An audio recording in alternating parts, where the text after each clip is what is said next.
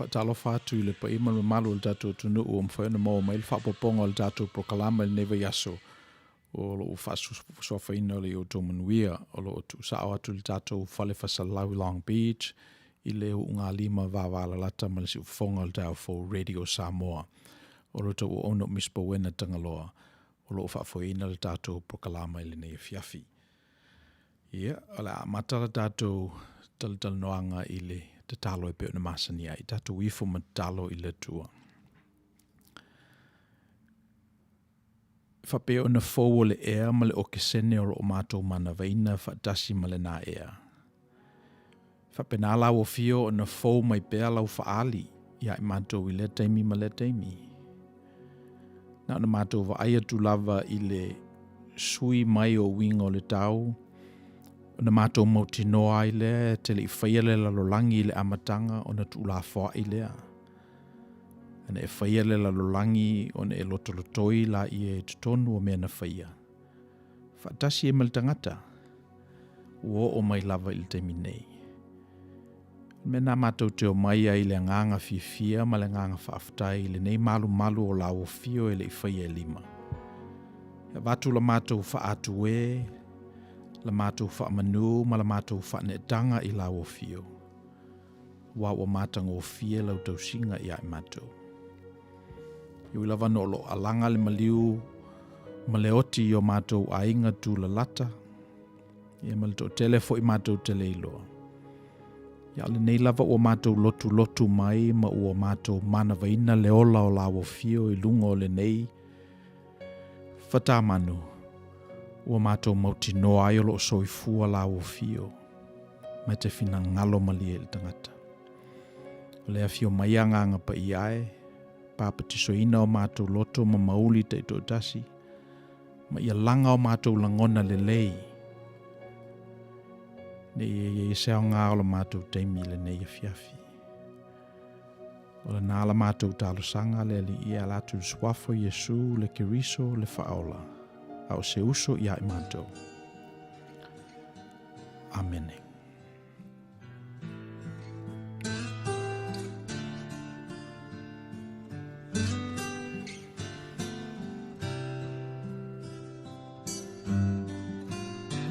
Pesolo mai maunga luluina mea uma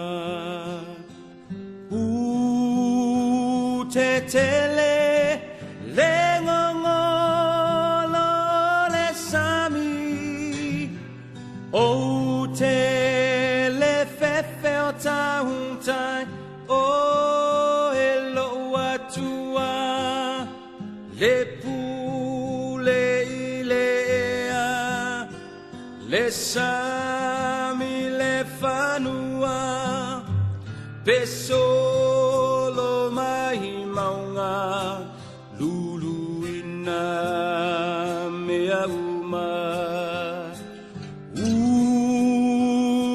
Tele le ngongolo le sami o tele fefe tautai o elo atua le pule ilea le sami le fanua o te malosi Malue pea tatalo fina upea uama ulo toia o elo atua olo umana o te mawhai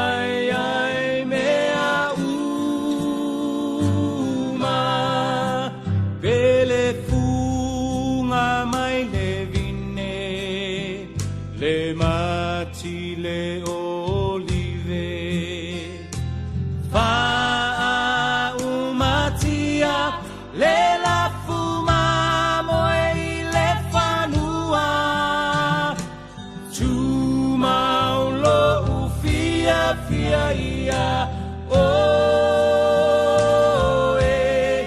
ele mafai ona sui alo una ya oe o te malosi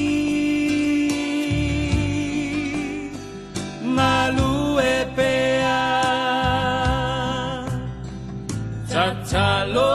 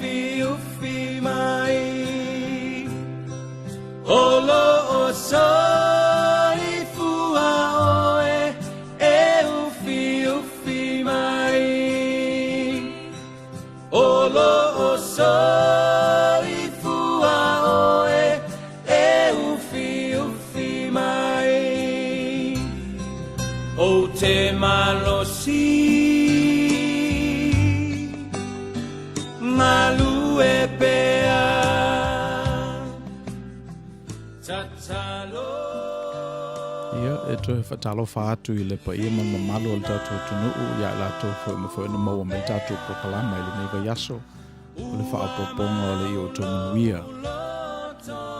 lo tu sawa tu tatu fale fa salau Long Beach, California, United States of America ia ile vale le mal si fonga al tatu for Radio Samoa ia afa yo e fa fonga mai le tatu fa salau ile YouTube ia fa mo le o mi follow like subscribe to the channel.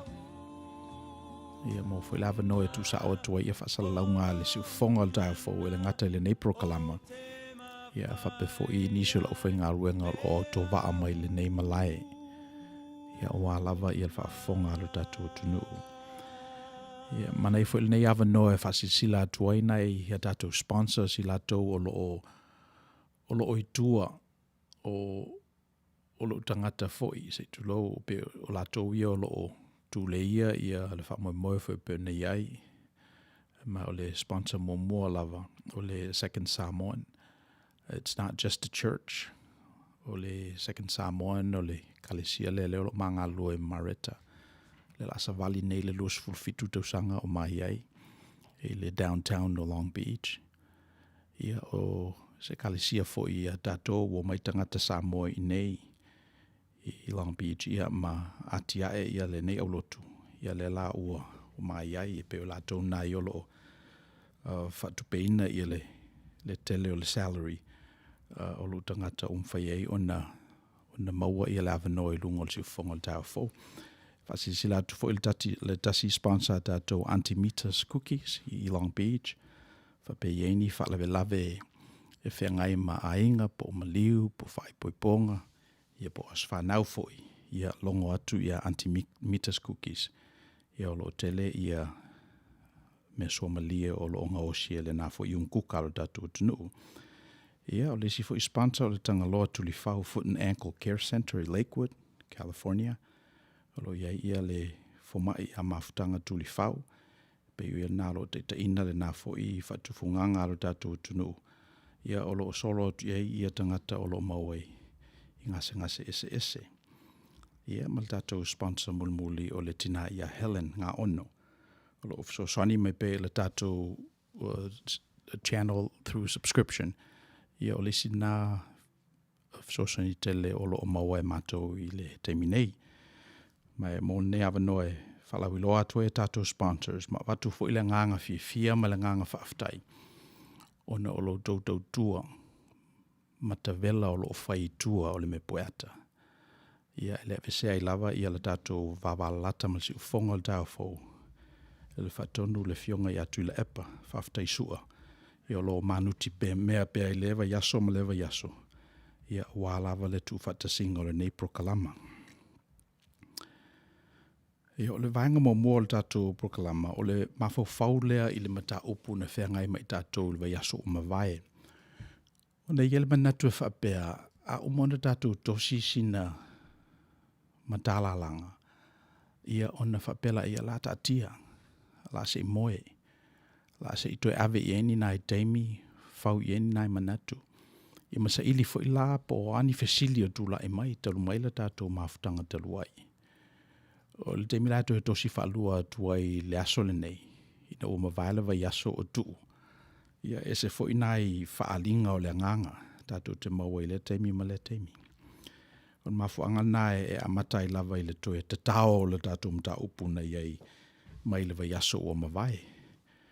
E le whapela e toe lipiti, a pise i e se le tosi o le vai aso nei lo na amatanga, e ma le tātou mta upu le vai aso o mawai. E ma lo archive lava le si ufonga le tau fo tātou prokalama nei lalo le channel i Outou Manuia.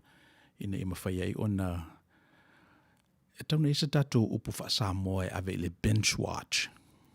Pe o le mea fau lea, o le mawhai e oe ona mata i se no fonga e tasi. Ia ni episode se tele, o le bench. So e mawhai laia tātou ona bench watch ia prokalama i Outou Manuia lo archive le si ufonga le tau fau. Mai e tau sanga e fia, taruna amata le tātou prokalama ina ia so o ula ai langi le lei i aso. Ina ia la langa pe lava la tātou fala lea. Pe maha popo fo i lava le tuina i lalo le whaavai. Ma le whaamoe lava e avea nei tō whaamanino, manatu, filosofia, e whaima awala e tolia e tātou manuia o le tua le ngata i tātou tupulanga. Ia e whape fo i tupulanga lalo wao e lumanai. So le whaamoe la le nā o le i Outou Manuia le vaenga mo mua o lana folasanga i lewa yaso ma lewa yaso. So le vaso la o mawaina tātou mawhau i le vala awa le tua i ate oe. O le tusi whaitau mo mua Samuelu mta au poe tolu mo mua i se fulu. I ma le sfutasi le lua se fulu. O le tala masani, o le tala e te alu lo lava i le aonga saa mataloa na o. O le tala i le vala awa le tua i a hana. Ia ma le tangi fo i a hana i le tua. Tali mai e le tua le te talo a hana. Whanau Samuelu. O folola i e hana o Samuelu e whai mataulanga ola i le tua. Ia na tupu e ala i o le damititi tutono o le malo i lalo le te inga a le staulanga matua i le nafo i tupulanga o eli lo nengoa. Ia na ala tātou te maua mai e le tala lea. O le tala la i le vala awina o Samuelu. Ia o tātou i lo umaltala. A pei o le mea na misi de vai aso o mawai. Ina ua vala au le tua i a Samuelu ele i loa le i Samuelu pe whape i le tino mai o le vala au a se tua i a te ia. In fact, o confuse le damititi. Le vala au le tua. Ma le vala au eli. O mafo angale na o te mi umalava e langona i Samuelu se leo. Tamo e ia eli. Ia o te le tio fo e wa ase furulua o tau sanga. Ia pauale na o le tua e te iloa. E te le iloa se tua o sa pena painea, po Yahweh, po El Shaddai, po El Danai, e te le o iloa se tua na. Paule tua te iloa, o lo ta mamalutina. Tangata matutua Yahweh. Tangata ia lato te sasaina oe matu ia te oe le matau i le tua. A o ele i loa le tua. So o mela nana tupu ya Samuelu. Pau le tua na i loa e ia. Ia o le to ina leo eli. Ele o iailon tina le malu malu. Ia o le tangata la le lata ia te ia ilo na tino mai e tua. Ia, waru whaatoru la Samuelu ia eli e fesili po le ale mea manao ia e pēna wala au ia ia. I te lola ia o eli, ele ai e sere mea lea. I ona avele ia e eli upu. E whapea ona e winga I luma o le tua. E whapea lau tali atu I le tua. Ia upu la nā tātou te mana tuaina malwai aso mawai. Ato e wala auro le tua I a te oe, o la eli lea I a Samuelu. Ia e whai atu, whetalai maia, a wā o lo whaalongolongo atu lau o auna. Whetalai maia lea li I e, a wā o lo whaalongolongo atu lau o auna. Tele sfulua sfultoru tau sanga lea wa iei nei. Ia wale o tue maua se mafutanga vāwala lata mani tangata e peini atua I ala tō. Paule mafutanga vālata lata le lato te whaia mani me peini atua I la tō. E o mea e whawhanga le social media. Tangata e ta influencers. Hollywood stars. Whetu ia pe e pupula atu I nei I Amerika. Ia e pe o le lata le nā I se mea ta o se atua. Lato te whewhewe, admire, ave I eila lato atu e. Sili atu nei lo atua o lo lata mo I lawa ia I lato, o lato matua. So anyway, o le mea peina tātou manatua ma le aso o mawai, e iai le moral obligation na matua, ta I o whalaputonga, e ave upu I tupulanga lalwaoa, e lato te tali atu ai. I mea nei e peo ni wala aua le tua ia I lato. So, nasa whaia Eli, ina ua wala au whaatolu ia le tua ia Samuelu. E ele manatu e te tau whaina whaia brokalama le nei mo le tatu watunu. Pole ala wala se mea o loo staka I tangata. E ele manatu e te tau wana whaise tala le I Outou Manuia. Ina ia... let's say,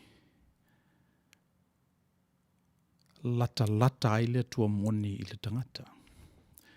So, o te saune I le uli e whaimai I atui.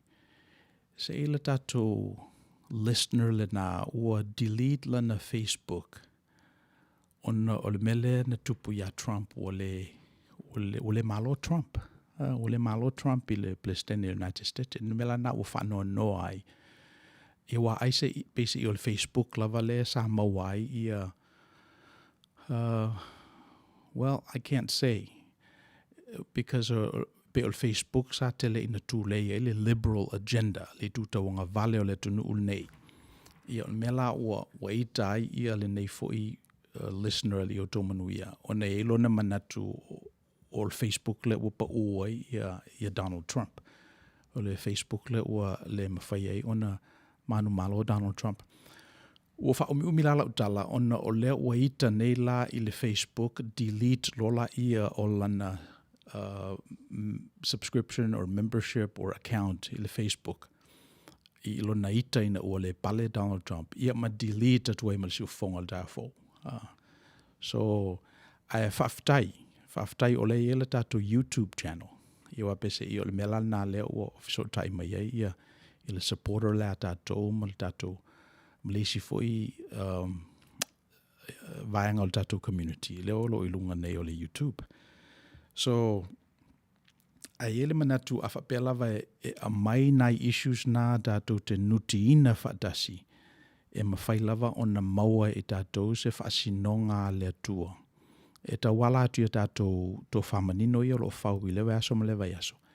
Ina ia while mūai ma a vea I lowo langa e pei o se te ufungala au whelanula nuai ia mautu e fo ile manuia o le tua ia te oe e pe o le whanaunonga nā o le Outou Manuia. Now, are we going to achieve that? Well, probably not, but that's what an ideal is.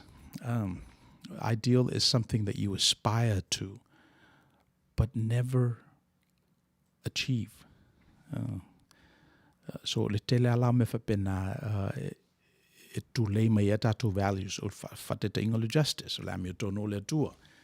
E pe o le mena o lo li lifa I e tātou, o le finangalo le tua, le isi whateta inga o ideals. O le mena o lo tom whai tātou e achieve. Ia, but ia te fall short a tātou, e pa ua tātou I ono tātou a tangata. So, e lua la tali le tangata e whai I le ideal, o le memo mo'ol tau mawhai. Ia le fo ua misi le newa yaso, tau mawhai fo I lewa yaso. Or we lash out to the ideal, or we say, oh, our bets are off. Ia nā ole o tātou mapu tātou o I le whale. Ia e ngalo e ai tātou, ia le melea na walawina I tātou iai. Ia, whatalofa atu ia o hana matautia. Ia, whapefo ion whatalofa ia atu ia vai iu le tui manua, tu moe ale, o whatalofa mai le tātou pokalama. So, o le vaso la nā pe ona whaiatun tātou tala noa I a Samuelu, wala au le tua I a Samuelu. Ia, o le fisiri la, o le ala le message o le tua na ave I a Samuelu. Ia, o le tali, na ele whai upu, o le mua Samuelu mta upu e tolu. O wha mua o le sifuru. O le tali whai mai Ia le fina ngalo le tua. Whalongo mai Sam o lesi o whaiatu le tala lea. E ta lili umaita linga o tangata e whalongo iai. O upuia le momo Samuelu. Na amata atu ai o na whaali le fina ngalo le tua. I le neise furulua tausanga. 12-year-old boy. Whalongo mai Samuelu. O le ala o whaiatua le tala. E ta lili umaita linga o tangata umai whaalongo iai. Ia, le wa uman whaatu nei, Samuelu, I le I whetalai mai le I o le whaalongolongo atu I la o ona. Ia ona whaatu rola I o le tua. Le la whaiatu. Ia, a sau le tala. Whemai e o mai le teimi e sa ea ai le nofo inga mai a Eli. Le nofo inga le malu. Eli sa avea ma perfetta matua.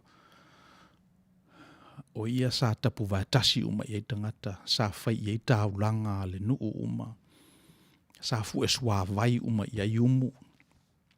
Whebeila le tala le atua i a Samuelu. Wai atulto ina nao edi. O le au ave sea o ia. Ma ave ese lana whanau e whawavau o puia nei le tusi. E pisi o wato a sa le atua I le o staulanga. Lana au ona. Ma lana whanau. So feni ma fine aso I ngō tama. Ona whisidi la ia pe eisea. Ia whapele tala ona a avatu e tangata ia mea sili e whaiele taulanga. E no ane la I o tama sele mua se mea mola ua. So wa ai mua tama. Ale I avea me lunga I le tua. O mela na whe mai le tua. Ona ua whaia e tama ia le mea le na. O lea o te saina ai le pule mai ai lato. A o te saina fo I mai la o ona Eli. Ona ua le whaia e ialo na tofi o lea oa o damaiti. Now it's very ironic because e le whaia Eli I lana whanau mai lona manawa. Ana whai I a Samuelu. Le tama hana. So e whapelava le wingo mea mai o me le tawa ona menino e lau tosi o le ale mea. God is in the details. Ele te tawa ana papata sau tosi. Iso se isu lava ta ua. A te tawa ana se I e aluane.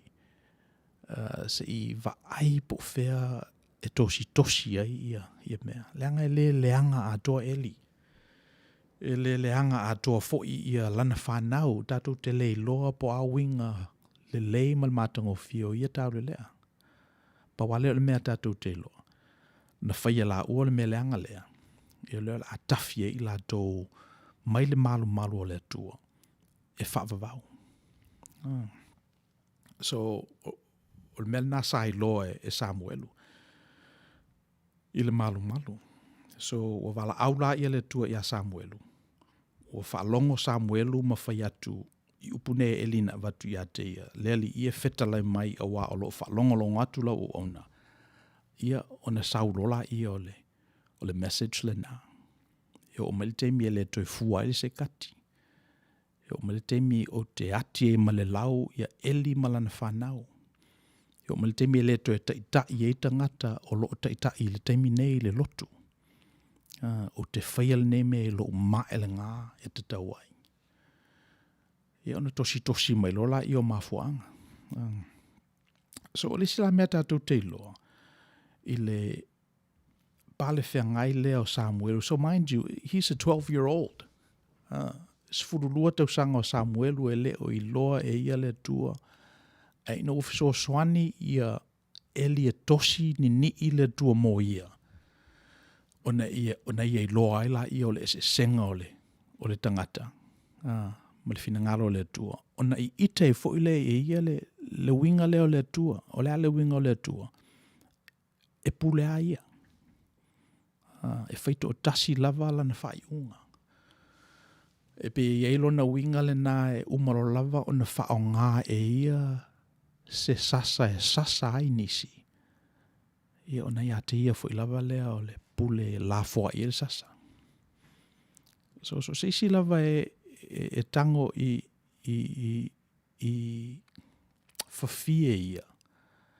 E tawana tango malmauti no e mwhaiau na mua ai. Langa whapea le winga o le tua nei loa e Samuelu. Asfulua on tau sanga. Now, fast forward lai le era le na o whamasino. Mo ila tau nei ele teimi pawai o tangata na sawa ele finangalo o le tua. O tangata I o whamasino.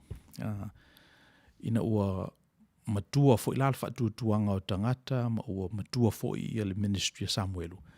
Ia o ina fo ilana na suia I le tua, whamai I le tua a Samuelu, o le tua whao ngā ina I Outou, o le o whatupuina ni tupu.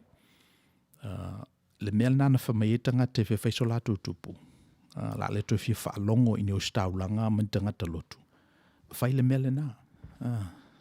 So, o le mea na whai e Samuelu ia Eli. Le vavai ese o lona tofi mai le malu. Forever. Le fo ilana whai e le tua ia Samuelu. Ida o le tua whataua ina le clergy. Ia o whatulai mai e tupu. So e whapenale winga e whapenale winga o le ecosystem le nei tātou te loto iai. Ia la tātou pese lea. Ia na whaawau leo tātou tanuanga I lisi tu.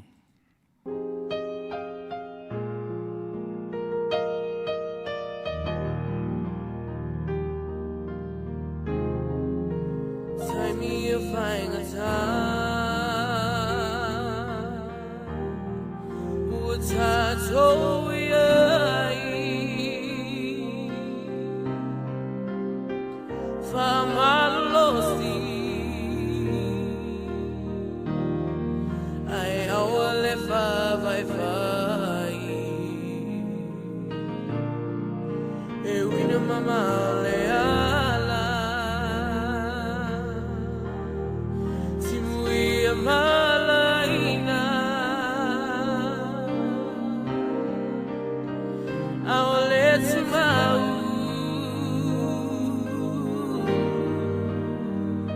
E whaoleina Whamalolosi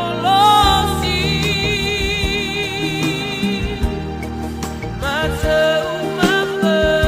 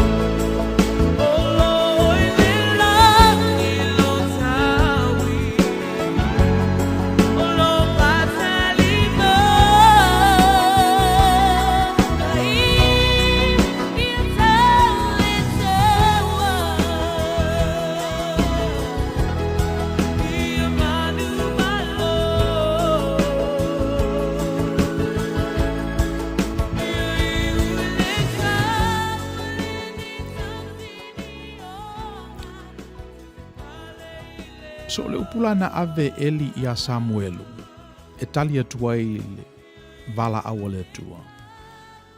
Ele manatu, those are universal responses. E tau whaina whai le tangata wa limas furu tau sanga. O loo nau pēr ili whetalai mai o le atua. Po lo manatu pēr o lo ieseisi mea i talatu. Wape o le salna prerequisite o the Outou Manuia. Afa pēr o lo iate o ele manuia le atua, then I'm not sure this is the program for you. Afa pēr o lo ienisi mea ele o ato toa, pe o ieseisi mea fo iesiri atu. Pe ieseisi whanaunanga. Pe ieseisi taufitulinga. If there's fire in your belly still towards God's will, then this is where you ought to be. Afa pēr o tau toa i ele mea na, pe o tau maua umani na i Tyler Fasili. O le teimi e peti e le povi mai le vasana. Ia ona manatu la ia i le whaongaina le leo teimi ese mai nei lo le whalongolongo le Outou Manuia. So e la le winga le na e te taupe lava o na whaonga upu nei na ave Eli ia Samuelu. E stangata matua foi. O I te le finangalo le tua, o lo o manao i le manuia mai le tua, atonu e le mo ia, e mo lana whanau, mo isi tangata ia o lo whai mai. E tawana whao ngafo e tatou, ia upunana ave Eli a Samuelu. Fetalai maia, wa o lo whalongolongo atu la o ona. Ia, e mo le tupulanga la lea sfurulua tausanga, sfurulima tausanga, a o feo i ele tua. Wape o lesi nā mea te tauna on fesili ai. O fea maua mai ele tua. O fea e maua mai ai e pe o na maua e Samuelu i stangata e pe o Eli. Ia, te lalau tupulanga ne sa ili lungol social media. E ala lo laval tamititi e o lol Facebook, e o Instagram. O nā pe se i e au mai ai i le whasinonga mo le aso. O nā e tu le mai ai i a manu lauti. O nā e pe se i e sa ili e tangata i a mo nai upu e whai i le aso. Ai ai a upu lata atu. O ia i loa po le ale proclamaina o le algorithm le nā e whawhangaina o i lunga o le Facebook, ma le Instagram, ma le YouTube. O ina i loa po le ale structure ina o le computer or bots nā e whawhangaina o i mena. Ia wafo e miliona news feed, news items. Ia pangale e pese i ia watuame te finangalo i ai, e le le tausami, e pese i e seisi o lo mafau fawina ia to whamanino i dua. Ia on whawhanga ila ia o oe. O nai e fili ai po o ame te tausami ai. Ia po afo i mele le lau tausami. Ai mo le tamititi ata la vau e manao ni mea moi, ni mea ai o a ano. Ia ele mamautele a mata i o matua. Wai pese i o ina alava. Asfutasi sfulua tausanga o le tamititi. Ia sili atona lata ia lona matua. A le mea pese i o maita wina ia tatou ainga. Ia o tela ina whaingaruenga umal ta mamal tina o a latchkey umata maiti. E phone a during the pandemic la una nofo mai ia matua they work from home. Ia la whala una nofo ta maiti o whaile long distance learning. Ia na pese i o tau whaini na itala.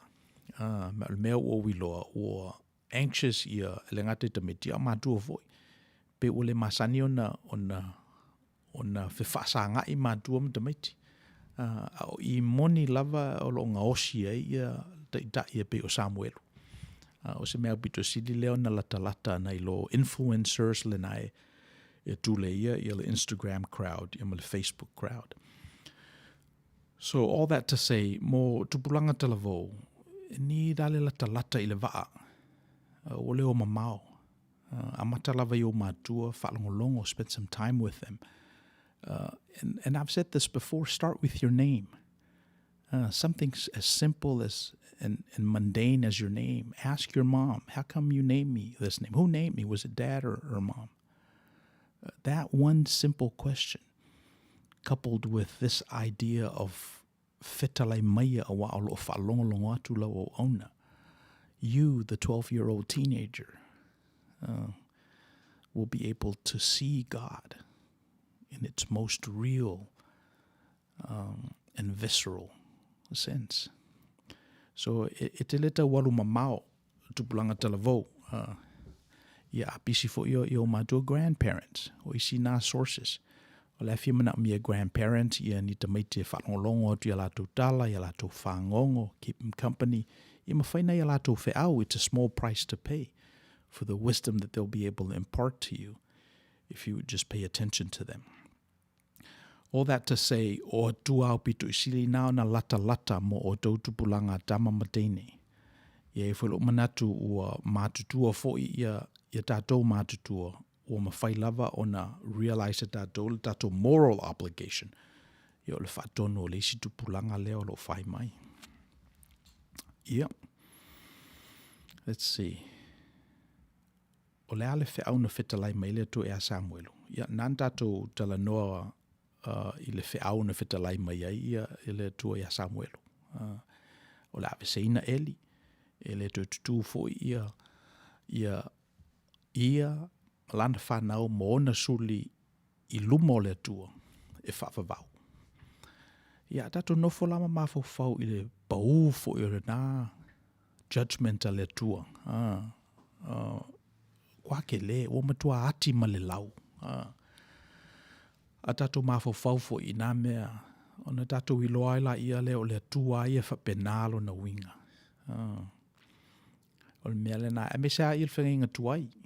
Oai, o le mea nā e pawal nā o le ngana sa whaalongo i eitangata ma lātou la ngona. Ia, ma convince ai lātou o le tua le e te tau o na mata i tuina ma tāpua ia. O le tua pau, le tua tautaltasi, le tua e mawhai o na ati ma le lau. Ia, e se mana mai le tua o Jesu Kiriso, le tua o le whengainga fau. O le mena te tau ia a e whaitau se me le whengainga tuai. Ia tauna sa ili po o whea e pale whengai ai le whengainga fau. Ni e tau mwhai whapaleni la walu i le tua malo i lo o le datou kanona. Ia o le tāu tasi i le whengainga fau. Ia tau whensa ili i le whengainga tuai. Ia po o whea e tupunga mai e manatu ia. So, o le mela nana whaia ia le tua ia Samuelu whaia Eli. O te nofo pēr ma mawhau i ainga tupu aro tātou o tunuu. I mataitau lia fo i o le tunuu. I masao ainga. Pei eise anga sala tū ngā e mawhai o na whaia i lātou i teimi a o pale ai. E whapea ina ai o na tō asale atua. E pēr mena te tawana whewhewhe i eima whae tete tātou i oro teita ia whalapo putonga. Nuu matanga ruenga. Pe ia se anga sala o pito i sili o na mātu ia e mawhai o na tātou whaia. E ati e ma le lau i tātou e le tua. Ia tu pe ia lapu lenga e mwhai ona le pale le balota. E mwhai ona mai le fina ngalo le nuu ia la marolo oe. Ia a le fina ngalo a le tua. E pese o le mele nā o pito i silia o na popoe. Ia le tangata ola ia. O isi me ia whaifo e tangata ola. Ia o le fina ngalo ai o le tua e te tawa o na popoe le tangata ma fesili. Pe ma whaia o na whaia ia se anga salau pito i sili o na matu ia. E whapea inai o na whaia e le tua e le ngata o e malau te inga. Ia whape fo o na tafi e se au whanau ma whanau o lau whanau. Elena o le teimi nei po tupulanga amuli. E whavavau. Wa mela nai e le mawhaia tātou ona malamalama iai. Al mena na tupu ia Eli. Na tawala mai a Samuelu i le finangalo le tua. Ia. Mai o te manatu o le mele na tupu i tupulanga la vao le na ainga. So tala noina fo ila i Trump a wai pese ina iai le manatu o tangata. A mesa leanga i le tu tau matau. O le matua perfetta laval tangata le mai le tua. Donald Trump was seen as a contemporary prophet by the right.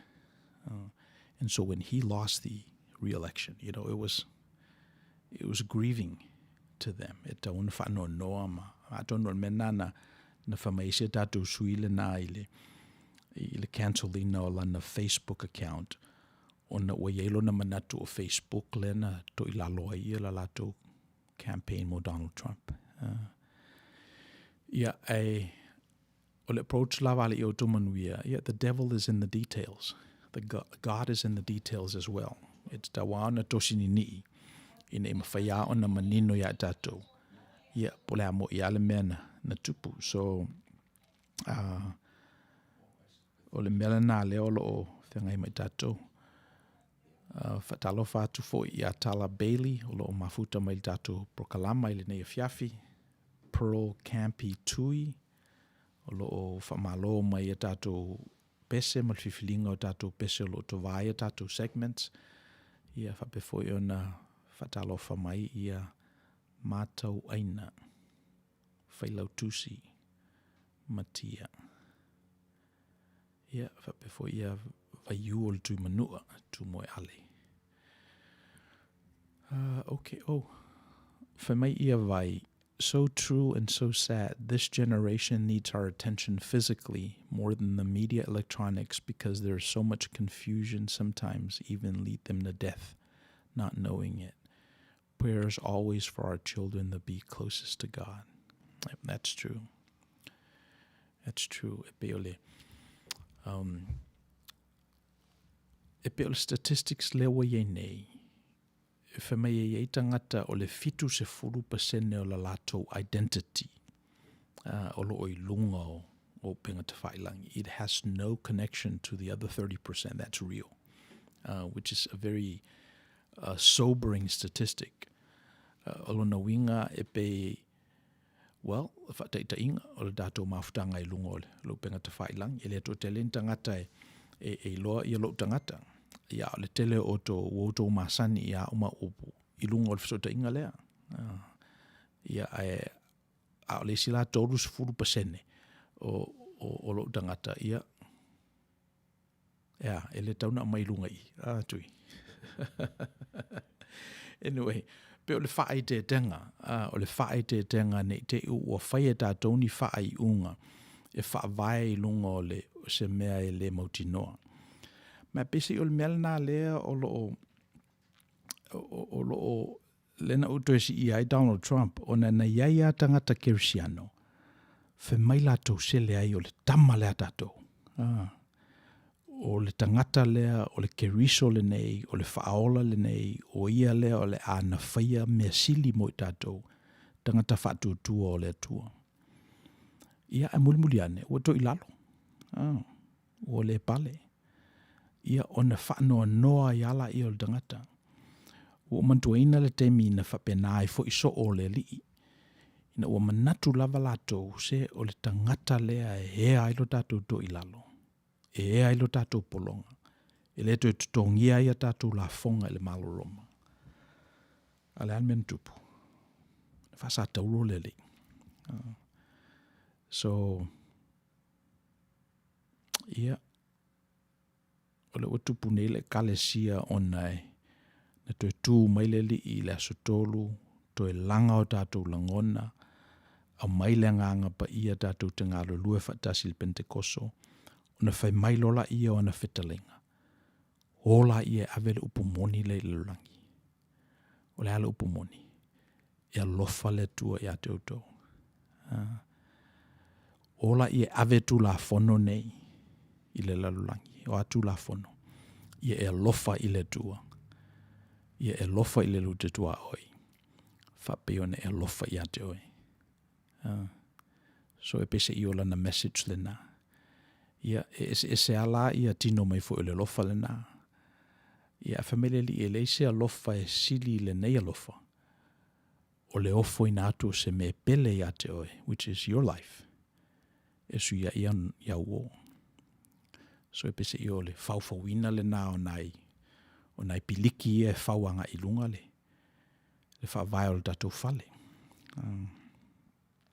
Ia mai le ala seisi na tu I lalo se whaateta inga e sili. E tu sama le tatou li. O me na le aleon o ngā tutonu o ie le tatou e kalesia whau. Ia me se le tatou prokalamo le Outou Manuia. Okay, let's see.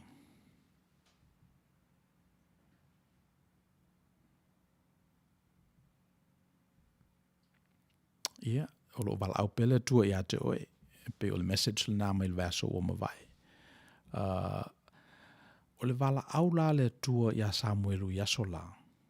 E sea wala au. E sea, leanga sa tasi al tangata na te wala mai ai. O Eli.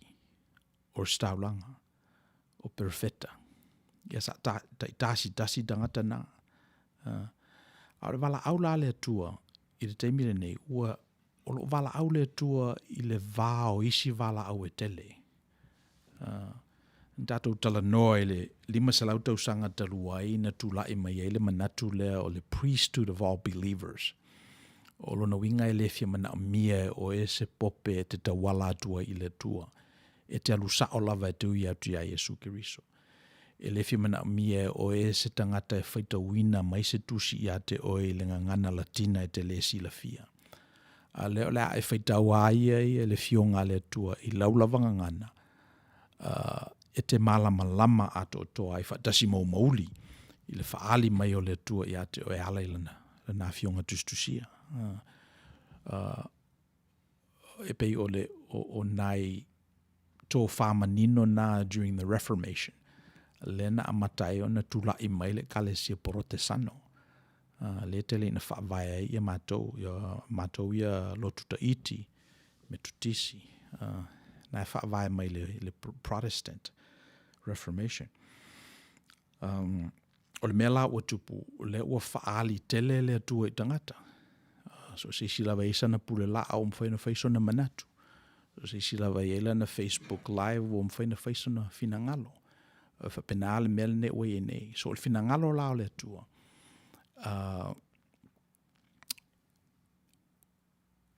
E tatawana filia tatou mai le tele o ismanatu. Le menale ua tupu nei. So a whapela e se whaatufunganga e whaatufunga i nai i tatou i le luas futasi te senatuli. O le nā is to be able to discern God's voice within the cacophony of all the different voices that we're hearing. So le fesili la whawheon tatou whaiol mena. Well, a matalava i whaiwhe au, ma mātua, ma principles ia na whaua ia o tatou wainga. Whaitau le tuspa ia ma le tatou kanona. Ia ona apalai lola ia ilo olanga.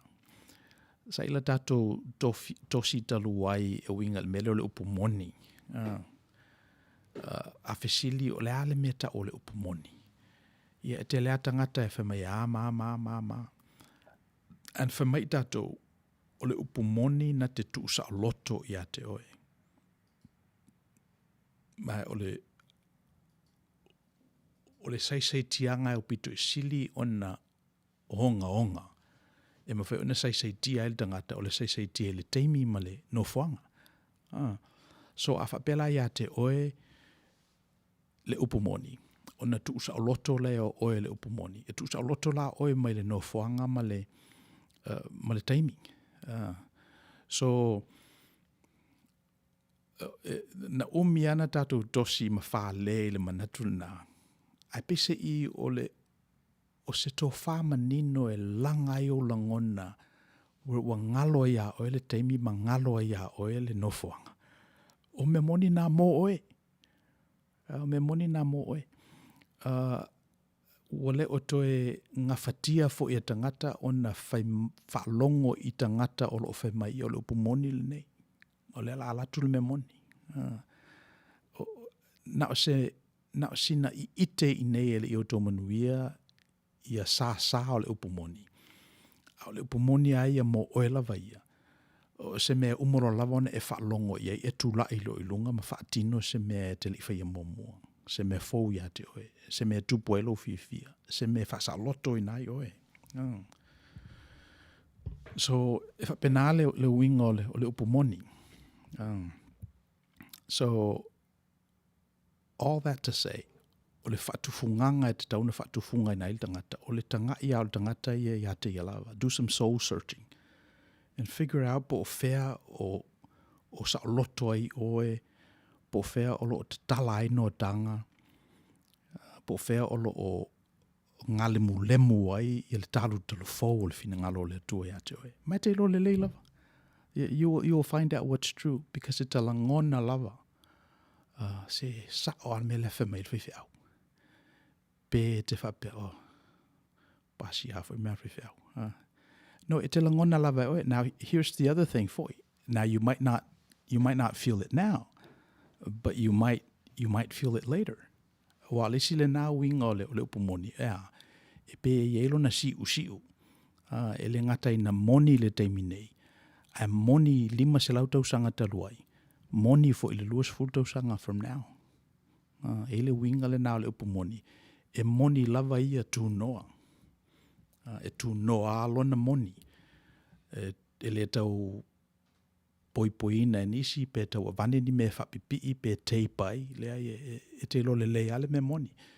In fact, a mawhaiona tātou whaamatalaina e whaongaina ai a upenga tulali e pei o le ngangana.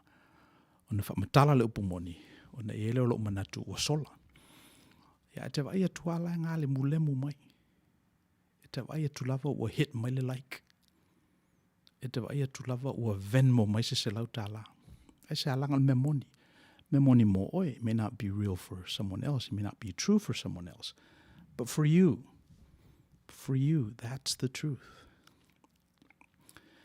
Awa a fast forward lai le mele o tupu le cryptocurrency ma le Bitcoin. Ona e loa ila ia e sel mana ia fo le na principle. Le principle e na wole o to iaise central bank na te tau fia le alu o le tupe, le alu o le seleni, le alu o le value, peer to peer. So ina tali atu inei, avatu inei tali mai ina. E o noa mani tali pupuni, e o noa mani tangata e whaama maina le upumoni, e o noa mani tangata e alu o lua ma wha au popo il me moni. E wa le me moni ai atu noa. Le whai awhai atu la utala, ale au te mauti noa. E le mawhai e ni a upu ona ave ese mai pe wha au popo i le upumoni.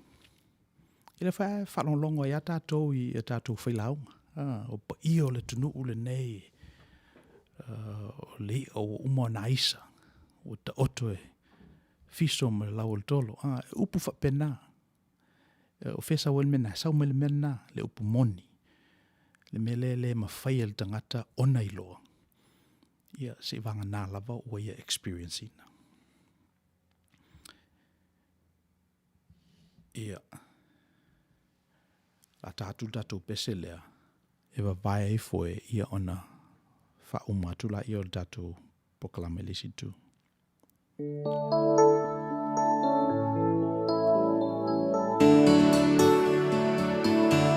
Jehovah Shammah, excellent to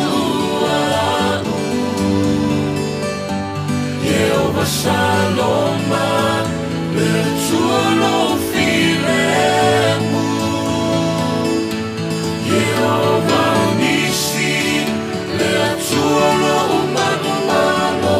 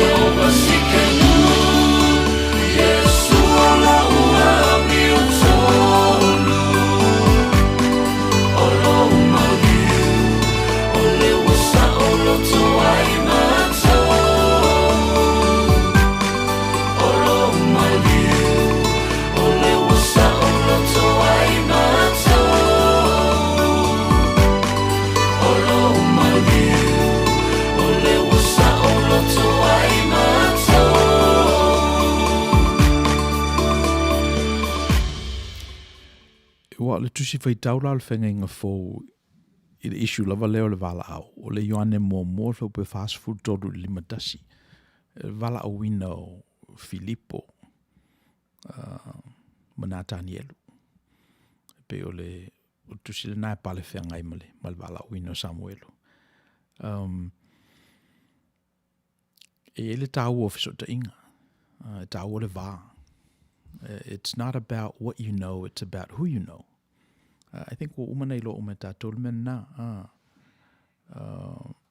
ta ora va mai e telefoa ia fatufunganga te taona ona fai ia il mena ai atato va ia il vala wino o Filipo manata ni lu nala ona vala au mamo Filipo ona fai mai o Filipo sa mai Bethsaida Bethsaida la o nu o Peteru ia ma anterea e pe o le mafuangana e te mawaro lava se mea lelei ona e mana o rola ia i tangata o roto nuu tangata o lou ainga ia mawaro mea lelei o telefoi ia ni let's say schemas money making schemas fast way of making money ua maua e tangata ia ona mana naola ia maua e o lato ainga ia manui ai a lato whanau whapenala le mele na sa tupu ia e la le wo Filipo o Natanielu lengo ua i lolo lave Filipo pe ia ese le sau al tamalea o Yesu e pese i pe ia o Ioane el Papatiso lana sau ia e whaia si mamao, e whaia si na ese mai o le whaalongo ia Yesu, ese mai na lo Ioane el Baptisto. Ia rola ia au maila na wo na Natanielu. So, whapenale le vala awina o tangata ia. All that to say, e taua lava, you need to be around certain circles. You need to be around certain people. A whapea te fia whai movies, ia e alu i Hollywood. A whapea te manao e te nuti mea ma le tech industry, alu i Silicon Valley. A whapea te fia alu i le o ngā tutonu o finances a le tunu unei, alu i New York. Pe o la tona i olo o centers te tele na o lea industry ma lea industry, o i tutonu o le malo Amerika. So, e fwe lale manatu e whapenale winga o tangata ia. Lo sa ili lava i lato le mesia e pe o na valo ia e perfeta. Tutu ngutu mai fo i o lato tua ama matua. Fe mai o tātou a ia o le tunu o umone tofi. O tātou o suli o apera amo. O tātou na ngase ia i le whengainga le tua male tangata. So, mela na whamele tātou whengainga e le teimi. E le teimi e whātū mai e le tua mai le pongati o Israelu. Se taitai, na te taitaina i tātou. So tamai te Israelu uma lava la, vai teimi o leli, e whana nau mai lava male upule na. O tātou aia o tangata ua kōpano e le tua molona finangalo. O tātou aia o le tunu ua uma o na tofi. Tupu i whāta me te Israelu o le message lava alona tina e ave iai. O e tofe o i tu. E te tau i le tui. E le fesilingia. Lo pai. Ia, tupu me alata me tina o lo whapena. Ia, te ia la ua tu lai mai i le tau le lea o Yesu. Whalongo tu tangata. E peia o lea. He's the one. Ia whatoa umatu fo ilawa na natul tangata ingo ia Ioane el Baptiso. Le na sele lo nao e Herota. Ona ua no nofo malea valo na uso o Filipo. Whatoa umatu a ia Ioane el Baptiso. Salo lofi e tangata. O le ata li ifo e lisi whaife au sa kalia. Na mua atu. Ia ale whala watu la i mai e Yesu. Io Yesu la, o le ata li o kamuta. Nei lo umalawe Nasareta lo na whaasirumanga. Le stangata tawaloa. Le stangata fo i e mau mea. Ia atula I mala le li, pe whapena le winga o le li, whamea le li le whimana o mea o tau isi mea nā. Le ua usau e vatu ia te o tau le whina ngalo le atua. O le ua wa ai mai ia te au. Ua wa ai o ie le tama. O whaalata lata mai e le o Yesu le atua I tangata noa. I tangata angasala, let's say. Tangata ua tūlafo ina. Tangata whatawa. Ina ua whaalongo la ia le ausoo I hao onga le li. Iona matarola iona. O atuta watu I tangata. So o le alu la Filipo ia Natanielu le asona. Na alu wa mal mautinole na. Le ai afa lava o le tama lea. Na o Natanielu lava malama I tala anga o le nuu neima tangata Israelu. Ia alu lola ia. E latu la e suela na uo o Natanielu. O lai nofo I lalo le mati. O na fatu la ia o Filipo. Nate, o le ua umawale masia. Sau ina tao e ta muli ai. Tangata Nasareta. Ata li or kamuta. Ia whamailola i o Natanielu ia Filipo. Phil, wale anga loulu.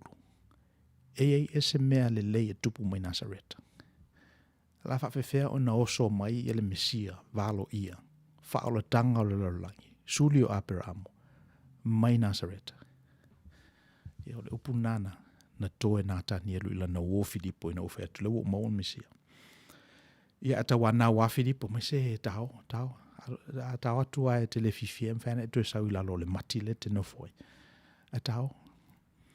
O le sina winga le a e sila firo lava se me te tau ona maua e lau o. Ia tu sape tu toso vai. Ave pe iai. Mai o te loe le ia se me sili ona tau. O le tolo lea. Le tolo lea I le vao le tangata ma le atua. Le tolo lea e fesili ai o le fesili. Why am I here? Why am I here?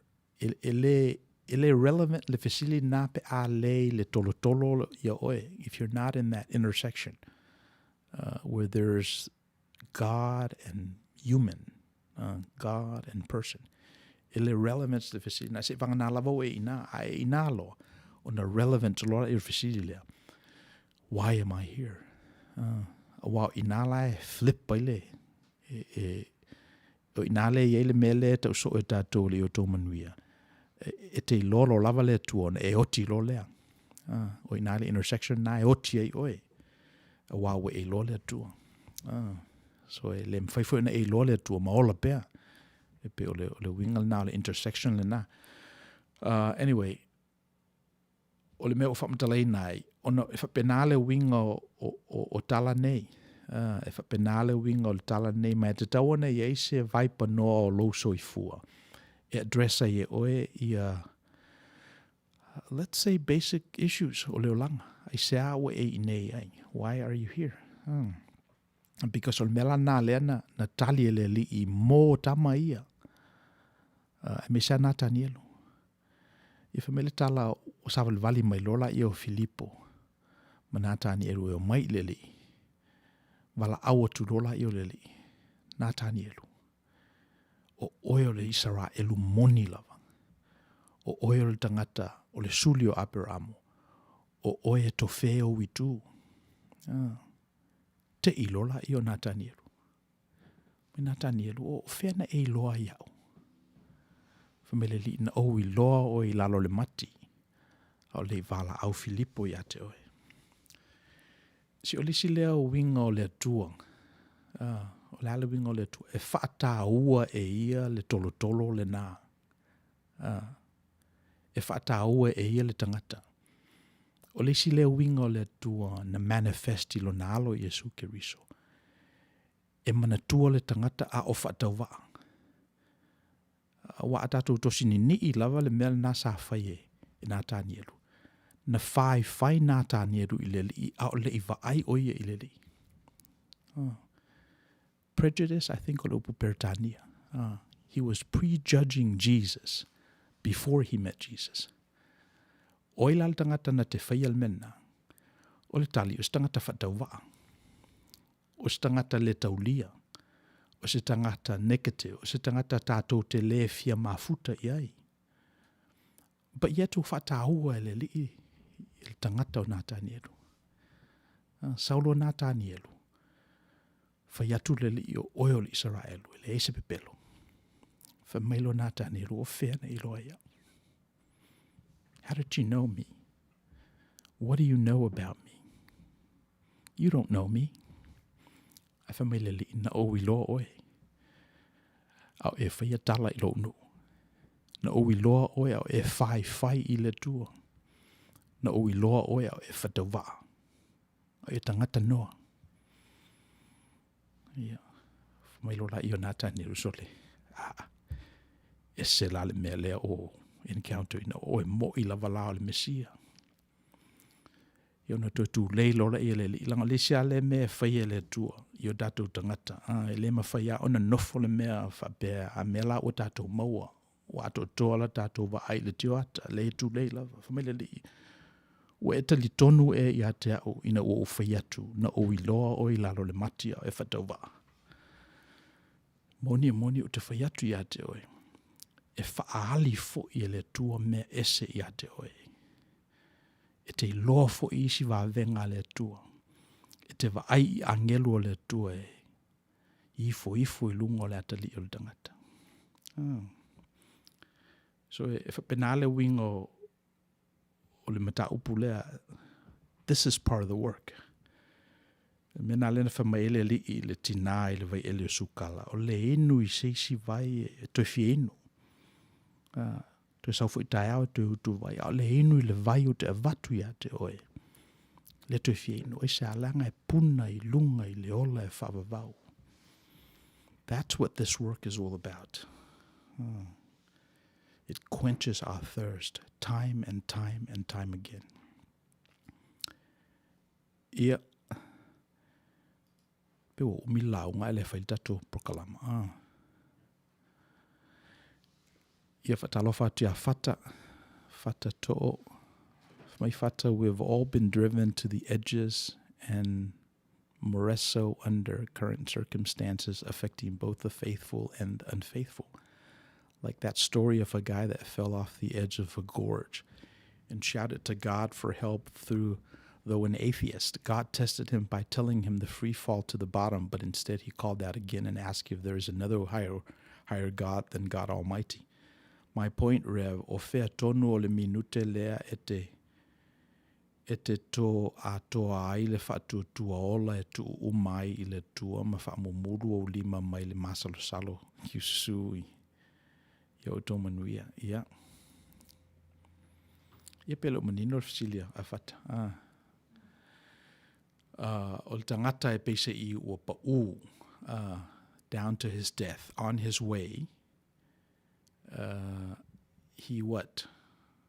Fell off the edge of the gorge and shouted to God for help, though an atheist. O tangata le tonu. Well, then if he's a non-believer, what kind of God is he shouting out to? God tested him by telling him to free fall to the bottom, but instead he called out again and asked if there's another higher God than God Almighty. Yeah. Mana ia le fesilia whatupu manatu. Why God tested him by telling him the free fall to the bottom presupposes that God tests us. It presupposes se pisa ia penale le ngaluenga o lo whaia le tua. Ia a whapefo e manino ia tatou ia sa o le Outou Manuia. Ia I suppose o lesi nā mea mwhaia le tua. Because o le tua e pulea ia. But that statement presupposes that God tests him by telling him to free fall to the bottom. Yeah, so let go. E peo whatu le tua. Yeah, let go o te popole e avato angelu e sapo ia te oe. Ne tu ialo vai se maa. Ia avala awale li I whamai. E si atua I lunga atu whamole. Pe si tali, I think is what he's saying. O te lefia pa'u. O te lefia tu ialo vai se maa. O te lefia whamoe I angelu. E isi atua. Ia mana ia le fesilia a fata. O fea tonu o le minute lea e te tō atoa ai le whatutua ola e tu umai i le tua. Ma whaamumulu o lima mai le masalo-salo. Ia. Lea so manatu tui, fesilia a fata. Mana ia le mere ne. E maua le tali i whaasosonga fo i au Yesu ina umar papisonga. Ia. A velunga o le tumtumu o le manu oso. E peiara le mere mai e fata. Mai whaasosonga le whemai Yesu e. Aua e te an. So le whaatuatua la e whaimaneta mai. Ia. E le o se mea furi le a o atatu te le loa, le anganga e whaososo mei atatu, ma le anganga o le tua. Ia. Ia wafo i o le whaososonga. Le o whaamalo sia ele li mo lana ngā ruenga. So e pe e lua ia moli mau. Whamai isi moli mau na a mata lava i whaososonga. E whamai isi moli mau le aina o la talata le li i ona toi temi nana. Na wheloa e masatani. But anyway, what temptation does, it strengthens you. And if it doesn't kill you, it'll make you stronger. Yeah. So pe o le mel nā leo o lo langa i le fesilia a fata. Pe po le asisi malosi ma whaona maua e oe. E se mai neo le malosi o lo e loa lava. So afa pe le ate o le malosi. E la sisi malosi I tua ato le nā.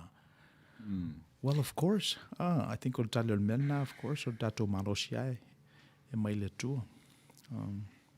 O e tasina le upu, pe o le keyword le au mai I mea ato le o tante masalo-salo. Yeah. Well, he's presupposing o le masalo o se mea leanga. O se mea whaia se tangata le whatutua. But I'd like to say no. O le masalo-salo o le mea tangata ona whaia le tangata whatutua o lo tu te o lo fia malama. E pe o le sina Curiosity. Curiosity. O fo ine ngalo o te mantuina fo I toma. Toma. Ina ufa mai ia whawhine sena mātou wa aileli. Me toma ale tu walo lima. Ale tu walo lima mena tutu ye tau ilo nei tu. So e yele tradition na tatou Kerisiano, tatou tangata masalo-salo. Ale masalo mia I tatou, ia le whaali mai le li. Wena to e sau ale li I masalo-salo tangata to dasi. Awa tele isi whaali ngā le li, ana to e sau lava ina oe, iei toma whadasi ma to sifulu. So e le wingal nā tatou, that's part of our tradition, e taun masalo-salo tatou. O toma na amatale, e kale se Kerisiano intia. E o mai nei lava le temi nei e. E mawhaina tatu tilo e leanga I masalo-salo. Ai a tatu tilo toa I. A wanu se whane ainga o te le, e masalo-salo lo roto le mea aile, e le whaona tanga loa ai. Nuna winga e aile I tū le lei o le mea, o le masalo-salo. E mwhai fo tatu tilo, toma ma lona le taritonu. O le mea leanga, e le se mele lei. So o le manatu o le masalo-salo o se mea leanga. Ele mwhauna whauelunga se whale. Leanga fo I se a leanga e lona winga le na it's subject to time and space. Na we whaonga ina le example o le whale inga. Ia o teimi fo I. Le o tatou I loa le ngā luenga tele na whaia e toma masalo-salo. I le atu intia. E o mai lava le teimi nei. So a fast forward la lusu tasi sentuli ma le mele o ye nei le blockchain ma le Bitcoin o tatou I loa la ia. It's a trustless system. O la vai lunga le mana o mia o se check and balances. Ia o le conversation o pito sila la na loto ato na most temi tatou te whale iai. Let's see.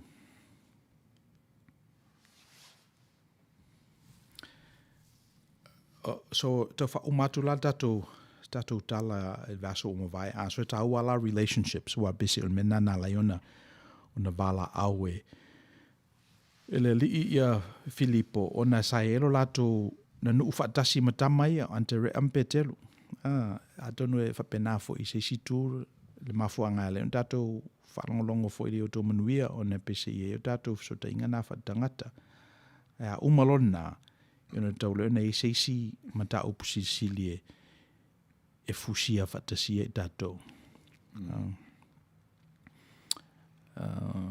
Okay, let's see. Down.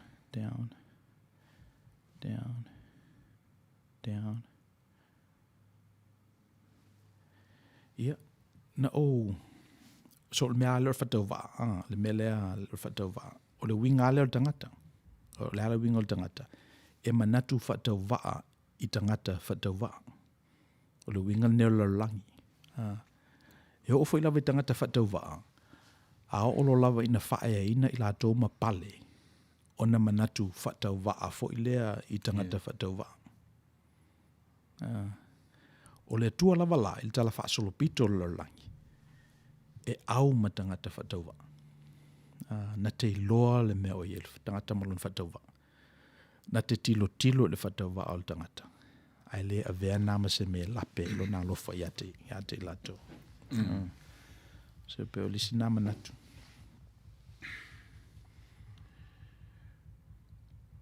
Ia vaso la o mawaiana tato whale ma le tato malo. Le fionga ia. Le au. Ia le fionga ia le au a senati. Lo le Taylor. Le meo te mana tuina. Ese tele o tato men tato noa i le vaso o mawai. Mai mwhana maua le video le nai lungo le archives. Pero le meo te mana tuina. O te mana tuina la na tala le na ila na tamaengo i ana tanielu. Lus furu tau sanga. Me pese i o se tama na tuaina whanau. O mantua na tau sanga. Ia te o fwa i mai le tua ia te ia. O teine umalisa na whanau. So pe mena leo te mana tuina. Wele tele o isi mea tato wasai le vaso mawai. A leo te mana tuina le tolo nai le vao le tua mal tangata. Where apa mai e le tua le tangata. Ma apa tu fo il tangata i le tua. Io na tupula io nai vavenga na. O a vavenga. O le toe whanau o le tangata o matua. Le tina o matua. Ia ma le whaengo ina o le vavenga lea i le ngō le soo. Mai tate lo umala tala o. Mali liu wha maturo uma ia soo i o le li i ono le tala le lei. Ono le upumoni. Se vanga nā ia ioane. So pe o le mena na o mana tuina mai tato interview taluai. Ia wa lisi la na o walu i Atlanta, Georgia. Ili se umalanga o walu ai la ile au lotu le na whaiwhi awai Martin Luther King Jr. Ebenezer Baptist Church. Ta mai falsa. Tuli manu. Wa u faulalo la tu falsa te le o telefo ile le congregation. Ana amata mai lava ista mai puma mo lea. Le la ua whai name a museum. La ua tala fo ia porokiko. A o le basic church lava na launga ai ia Martin Luther King Jr. Ista mai falsa. Wo mafau faula ile fatau vaa o le nofoanga. Ana tu lai mai ele nei tangata na vema perfecta o le civil rights movement. Ma la ulu ila a whape ua whai ele tua mo si nei whaiwhi au mai le nei au lotu fatau vaa. Po le afu i se mea ma whaina whai ele tua mo oe. Me se la doro te tele malu ma. Telefo i lato platform. So pe o le lui le na e wha o ngai le tua i me whatau wa a lolangi. E wha mai nai ia mea maulunga o lolangi. Which begs the question, why? Ai sea. Ta sile vanga ta ua ta ua. Yeah. O le mea tuli loa le fesili. E wha pe fea, e wha aia ina le tangata whatawa. e mawhai e tata whatawa alea ona sustain, ona maintain ona tūlanga whatawa. E na te alofa ai i li tangata sa tu tusa no la whatawa a mai amtanga.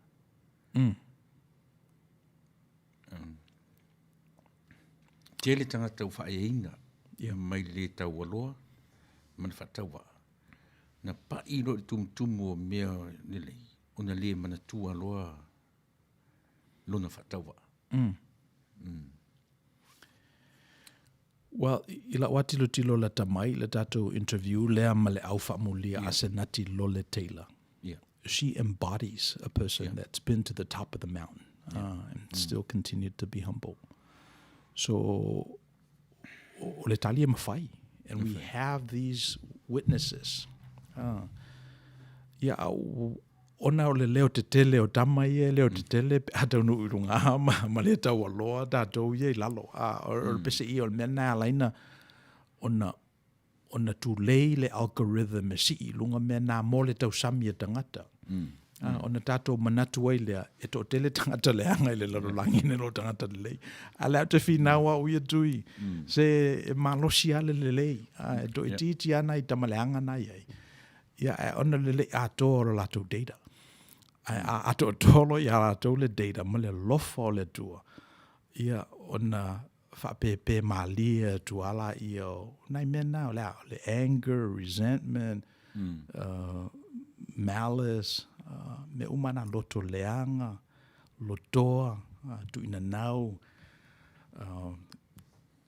suicidal, genocidal, me umana, whaiasi, e tauna I se tato upu mo le metaphor le rabbit hole. E me tau le ana la piti. The rabbit hole, le turi ia o e peise asio sio whae le e te aru lo lava I nā miti lo o e tamanai lalo. Yeah.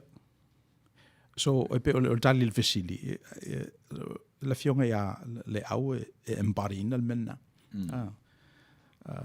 Ata whalongolongo fo ia ila na walisi le mena na ufesidi e vasolo o mawai. Ina ufa mai ia le taona wha mawalunga I tātou mawhai a tātou si. Le taona whai a tātou si I te tele male wha mawalunga. Ina ufesidi la ia po le whawheona I loa le si I te le wha mawalunga ma le si I te le wha mawalunga. E whamelantala o upu, o tanga, o le vaia mata, o whalongo talinga. So she goes to the senses.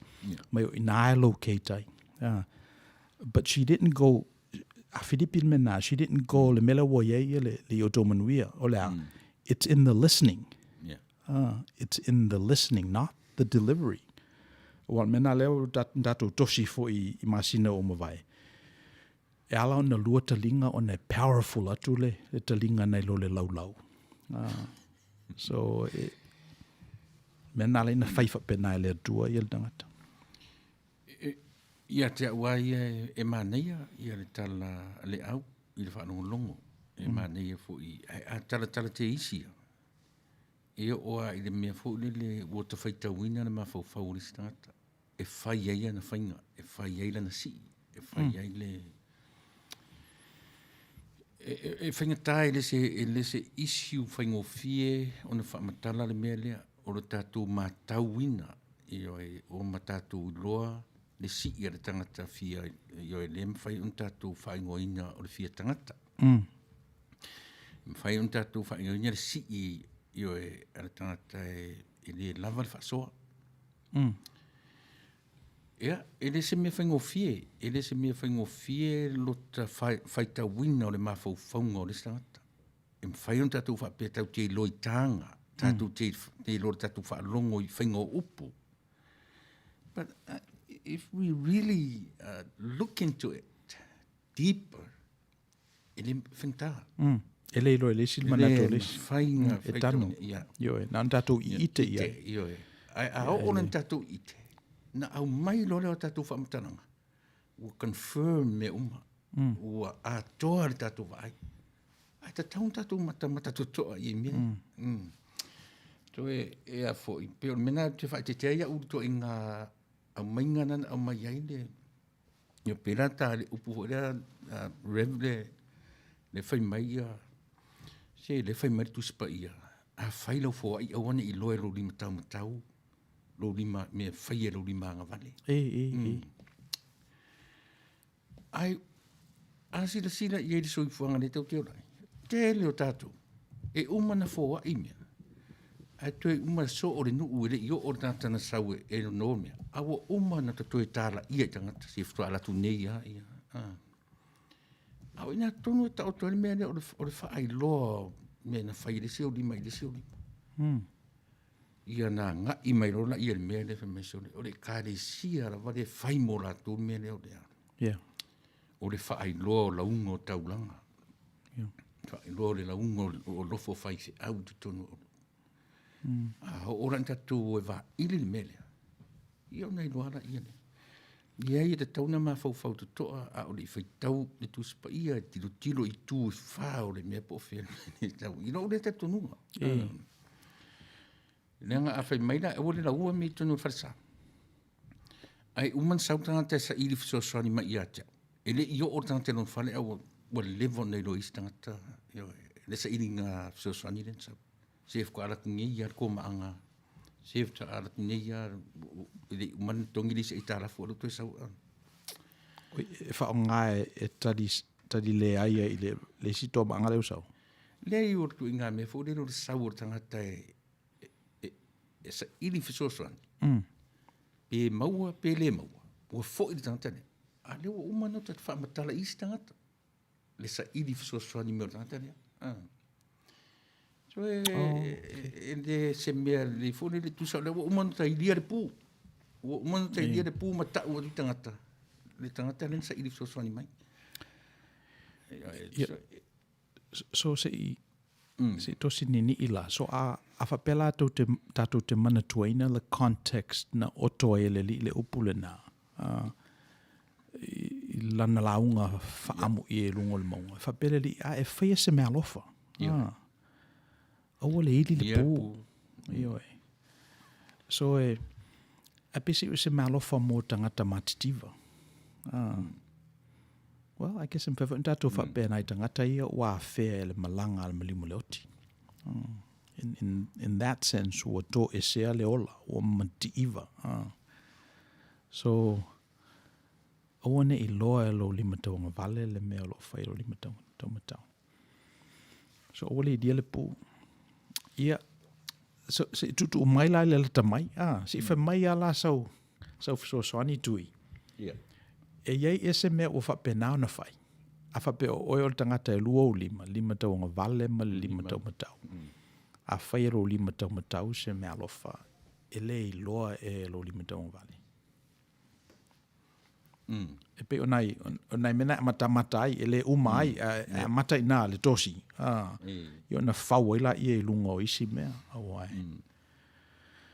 e pe ole mesa fai asola wa ole sala na mea la me wala ina fai ele fai ele le tala ona o lafa pe ina ona fai it's always a protest against something that's going on ole ala mesa ole mena ole ili pu eru tau I tangata. Tau I tangata lana melefa. Mena sa fai tangata. Fmereleli. O fa pena o tō. O tō fu e tali tonu o le tele o tō upu e langona mai e le tua o tō talo sanga. O le fa pena. A fa pela ve te tatalo I lo te mai o lo I le mea lilo.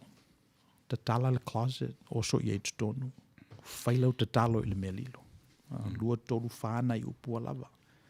La si la fia le tua oe. Me ta ua lea, o le context. O le taimi na tu si ai le afo I vaenga tau te tinu to ai ai. Ai pei o lo ulangona. A o ina papa ura tātou va ai. So se mea na va. Pe whale anganga, pe whale tino. E papa uro I ele tātou va ai e o noa mare toe va ai o nei tu uma. Ia o na ngata lole o tātou whaingoa, whaingo fia na whaia tātou whaingoa. Ia. A o le mea e tātou o na tala te isi le vai. Ia e ofo I, a ofo I nai to tonu me ni o ainga. So se matai a whaingo fie o na whaamalia ina no na whina ngalo. Ini mta upu e tala no ina e tonu ainga. O ina fu ina ta oto aile mea ta ole e vave malepe ainga. E se a, nanga papa ure va ai, I whaai unga, I me whai tonu le ainga. Ai a au na tala pea, ma to e whesiri lava ia te. O ina e manino ai, e mai e nisi maninonga a tili, ma lau tele e se mata upu. No winga, le si tala, oa ni I whaingo fie, o na whai ata tu whai unga. Se mea? Ia. Ia. Ni e manatu. Ia, pe ele manatu. Whatalo whatu ia pei, tau ili. Whamai pei e iai le baseline o le Kerisiano. E whaapea fo'i whaatua tuanga whaale whaasinomanga po o ana tū maanga. Ele o au se Kerisiano, o le o ngā tutonu o lo whaatua tuanga I mea e le vaaia, past, present, and future. O tū maanga, beliefs and values, whaaloalo ma le lofa, whaaftaimo le prokalama.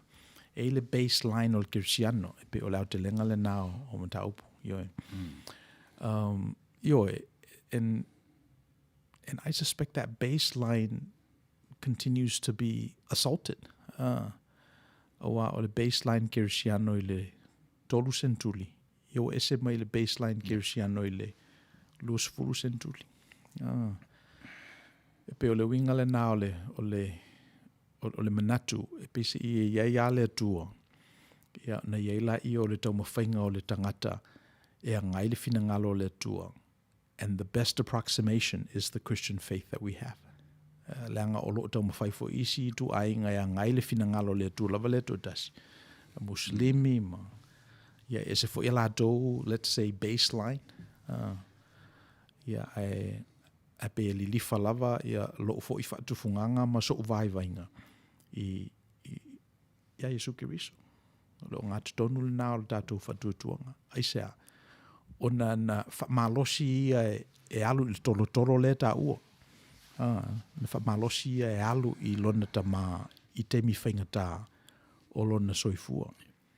Ia, o I nāna witness ia I tātou emotions e mwhaiona I mau taile tangata, pēa o le teimi e o le tolo nā, o whesiringia alo na soifua mlona ola. Yeah, and he survived. Mena alena o ngā tutonu ki riso tātou whatutuanga. O te malama I mele sa wipe I tau ili o te malama I. Ia, ona e tate fia I le vaenga o ngana. O le upu le tū mareanga. O le anga e sau le upu a mionga. I maua I nā le upu anga. O tū maanga. Asi pelala. E ave ese letas. E ave ese na maua le upu le anga. E sau le upu a mionga. En pi whaftai o le amai lau sunga le whiangainga. Langa e iaila to I ngā mawhau. Whaunga le amai nei. O te talia mali ilo. Le whaingoa ina e tangata Samoa o le atua o Israel. E whaingoa fu e tangata Samoa. I le ingoa Samoa. Lea e whaingoa e to ina le kānisia le li. E le uiova. Lea ngā uiova ia na whaingoa ai e tangata o le nu o le atua. A o tātou ai Samoa. E te tau fuina isi tātou. Lea fui lama whain tātou whaingoa ina e Tagaloa. Rona e se sengara lea, le wai amu e tonu. Nanga e tauna i se me wheso o ta I ai Tagaloa. Ma le Yesu Kiriso. O le whaola o le lalolangi atua. Paurana o le mea tau te whiu sa ili o tatou lau ele. E le mau ese tatou te ilonga tau te tau mawhai e a fui. E contextualize i tatou wa ai mea. O na whato a mawhai lea o tatou whapea na whanau fo Yesu I Samoa. A tatu tau mawhai e whawheso o tai pauane, a o le atua ia mai le amatanga. Lewa nei Samoa. Pea mea ngā o te tiro le mea tau o mai e pei. O te tania. Ai a o oro le wheso o ta ingo mea ia. O inana i si vana. Si vana. So your beliefs and values dictate your tūmanga. Ole mena. So a very basic example, if and that comes from survival. That's one of the things for ele need o ele fai na ia survive. Yon alu yesu so me ai. Pe o mea nai. So e la le belief nai tu atu. Ole a esili le ola I lo le oti. That dictates your tūmanga. Wa fa pe o lela mana ia pe o mole ai o le ai o le tu la ia le wa alu lo malosi. E si le tu la le na nai lo le tu ilunga mfai se fe au ma do me se me ai fangaltino. So pe o le so te inga na beliefs ma tūmanga. O le tele lava lao tatou e pe se I ia tatou wanga. Ia tatou tu e lata I tatou I mena leanga o mena na tatou tino nofo ai. Ele I maua stei me valu ai. Masa ili po ato whamanino nai tu o tūmanga na. O our beliefs and values. Nai tu o anga nai. O fai lava le basic me lero si. Si is whara lave. O le a mo I are to whamanino. Le nai tu o le mena. Ia. Mera na lina that o le ngore si e samo. O le si mo mua. O le si e rofa. Io e. Mera na lei a uwalo o ave si e matua inga. O te le toi foi mimi se mea. O le si e lofa le si ina. Io e. Okay. O le si ina pe o le si I maliu. Ia. Ia e. O le whamoe ai alu e ngoto ai o mea. So o le value la nai tu o le lofa. O le tatununga nai tu o le lofa. So ave umala me I o. Ai le aise me I. Ai longa I se lofa na. Ia, ese I mea. Pe o na whai atu o le ingoa ai o le si anofa. Nā lana uaru I o. O le ave le mea fsoswani rai. Mai, tari tonu, o le tū lea maa mionga sa mua I o yaso mua. A o ave mea. Ye se wha moe a fua I ona upuna ai. Ma tu tiri o mea watu ni lo atu e mani lo. E tupu mea vea. Au ni ona po. E fou mea ia. E vai lua le tupe. A vele afa. E tau fili afa. Tu e fou I le tō wha. Ia pe e wha pe nā rewa ai. Ia wa e nofo lai saufa inga na. E wha pele upua atu la whale. Ia e whai fo I I nei. E whai fo I na. Au I nei. Whai fo roto sawa di wali mai. Ia lo mātou manatu atu fo I roto sawa di wali mai. E whai fo le lofa.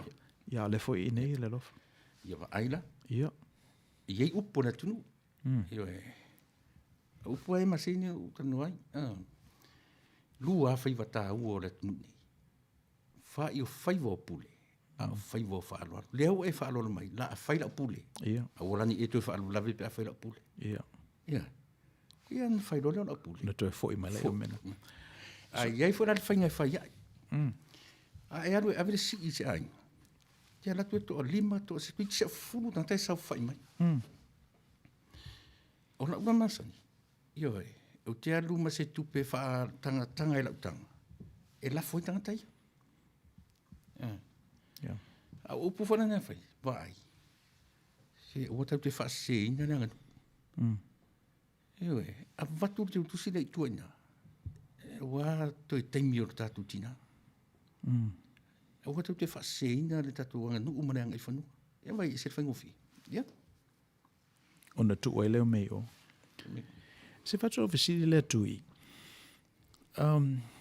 O lea se mea o lo, well, in terms of self-esteem, wape o lisi na mafu anga alai ona whai e tangata ia mea na, ona they have a low self-esteem. And what that means is, e ma mawhai a lātou le manatu is tangata I lo lātou vai. Ona tau ma whai ele, ia ausia se mea e side atu lo lātou malosi. E yese no whanga e mawhai ona whisilingia le whesota inga I le vā o le te leo lau si I ma le low o low self-esteem. O le atonu le tusa o le uta tau mwhai au sia le me le o ian marusi. Yeah, all self-esteem is how you value yourself. Afapela, you have a low self-esteem. It means you have a very low value of who you are. O mafuanga na mana oe faisina outward manifestation ia te le lau si ni tau whapale ni malo low self-esteem. Ia, pēno whātu, ese uma lava mea, ese uma fui tangata malato vai mea. Mea nā rena o le tatonu le mea fōre le tau te fua ina mea le tatu vai. Tatu te fua ina mea i saunuanga e amai. Leanga o le isi tangata, e tilo i le mea na whaia le ainga le ia te ia. Ta sire nai tū whaingata. Ioe, e na te vai a fua en whapea, ioe so le ainga nau mai a mai leanga le leima le alofa. Tato o. Le ana ua fua whapea. O le situ ainga tangata. Ia le upu le masa ni samo, ia o mata lava oi. O mata oi. Oi ana mata i, o mata oi, o mata o tato. Oi. O tato wa mata i. So o mea na ia. A o le mea sili a on tāua. Ia i loa le tangata lona whatauwa. Aua le ausia, o le upu ausia sa o le upu au. Aua le ausia le mea e le o e marosi. Ai a whaifo ila o le matai e le mea ta o le lofa. E le na te le taupule ina no na ainga. Ia o le marosi pe o le ainga lai lau titua oi. O le mea whetau i mani marosi. O te tatonu o le mea nina. Ai ana lan tupu vesi whapea. Ia, ona o le tatou tau mwhai a au i le mea le o ia ni tatou marosi. So te itali mara la ofisiti. Ia. Pe iai se feso ta inga o le self-esteem o le tangata, which is o le e pe o lo mauli lilo. O la oea value ina o e lava. A whamaile li i alofa le tua alofa ia e pe o na e alofa lava o ia te oe. Mena leo te whea tuai. Self-esteem. E la se feso ta inga o lo alofa ia te oe. Male te le male titi o lau si. O a Filipi lal melna. A te lelo self-esteem, no familiar tato. Well, a te le self-esteem, that way you don't have to make a big si. On familiar tua familiar angali i tangata. E whapena le winga o le mea, le mamu. So, it's the people that have low self-esteem, I think, that makes the big foai. I don't think so. Ia, pero mera nale no visiri ai, be e se fiso ta inga. O le tangata e low lana self-esteem. Mauna i loa le tūlanga e iai. O le tangata o oina le lei. Io e na te loa fua le me e peo le no tana tu male malusi. A o le tangata ia e maualunga lana tilo i mea. E whapena fo ina ia. Ai a whapena e maualunga le self-esteem e le tutusa marita mau ainga. Whapena fo ina te low longa self-esteem. A whapena e fua le tamau ainga. A tātou fōai. Ia. Ia wafu ila o le whalawe lawe o se mea tupu nei. Ai mawhai lava ona tapena le self-esteem le whaatufunganga le nei ma le whaaputuina o le tamau ainga le whaile si over time. E peo le sina mea e mwhawena whaatufunga ina i tātou i le handling o tātou whalawe lawe. Ia mana ia le tipi whuna. O lo whaatalofa mai ia iose la lau, mai iose na o si vai vainga e whasosua ni atuai le mata upu. O le 5 tau matau ma le 5 tau ang vale. O le ata manino o le tangata malosi. Ai o le tangata vai le tu tau ang vale. Au ane i whaelo atu e le tangata malosi, le tangata vai lana mea alofa. Le anga a whai nai langona o le tangata vai. Awane i lia se pū. Manuia Pokalama. Ia, mana e fo. Well, I mean, e mana ia le isu len tata la noai au le i amai le manatu i ose. Ona e pese i o le elefane na o lo i tutonu o le potu. Wa ai a uia i tamau aingo le tunu ule nei. Mai siri musa I tangata fouta mau ainga. O na wha leo, wha flash a lato blings. Whailoa. Ai sa ona e fou ia I lato. Le tālo. Ioe, mai o mai fo I lato mai le tūlanga na low self-esteem, e le ipa ia mo e lato, ia tūlanga ia. O me la na o moro la teimi e whatino loa. So me la na o maita wina, o maita wina o tangata o pito silio na mau mea o le tunu ule nei.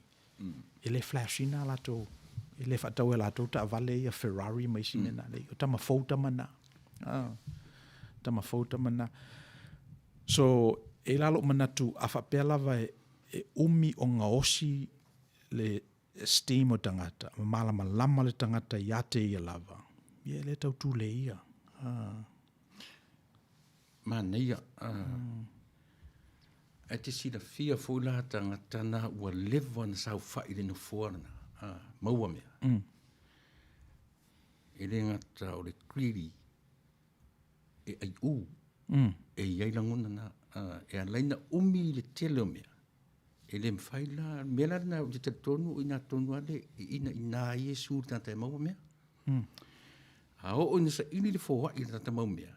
Ma le fōwa I tata I le low esteem. Me rona le se senga. O le tangata ia fia iai wa umanga install le atua le mea le lofa I no tangata. Fōwa I.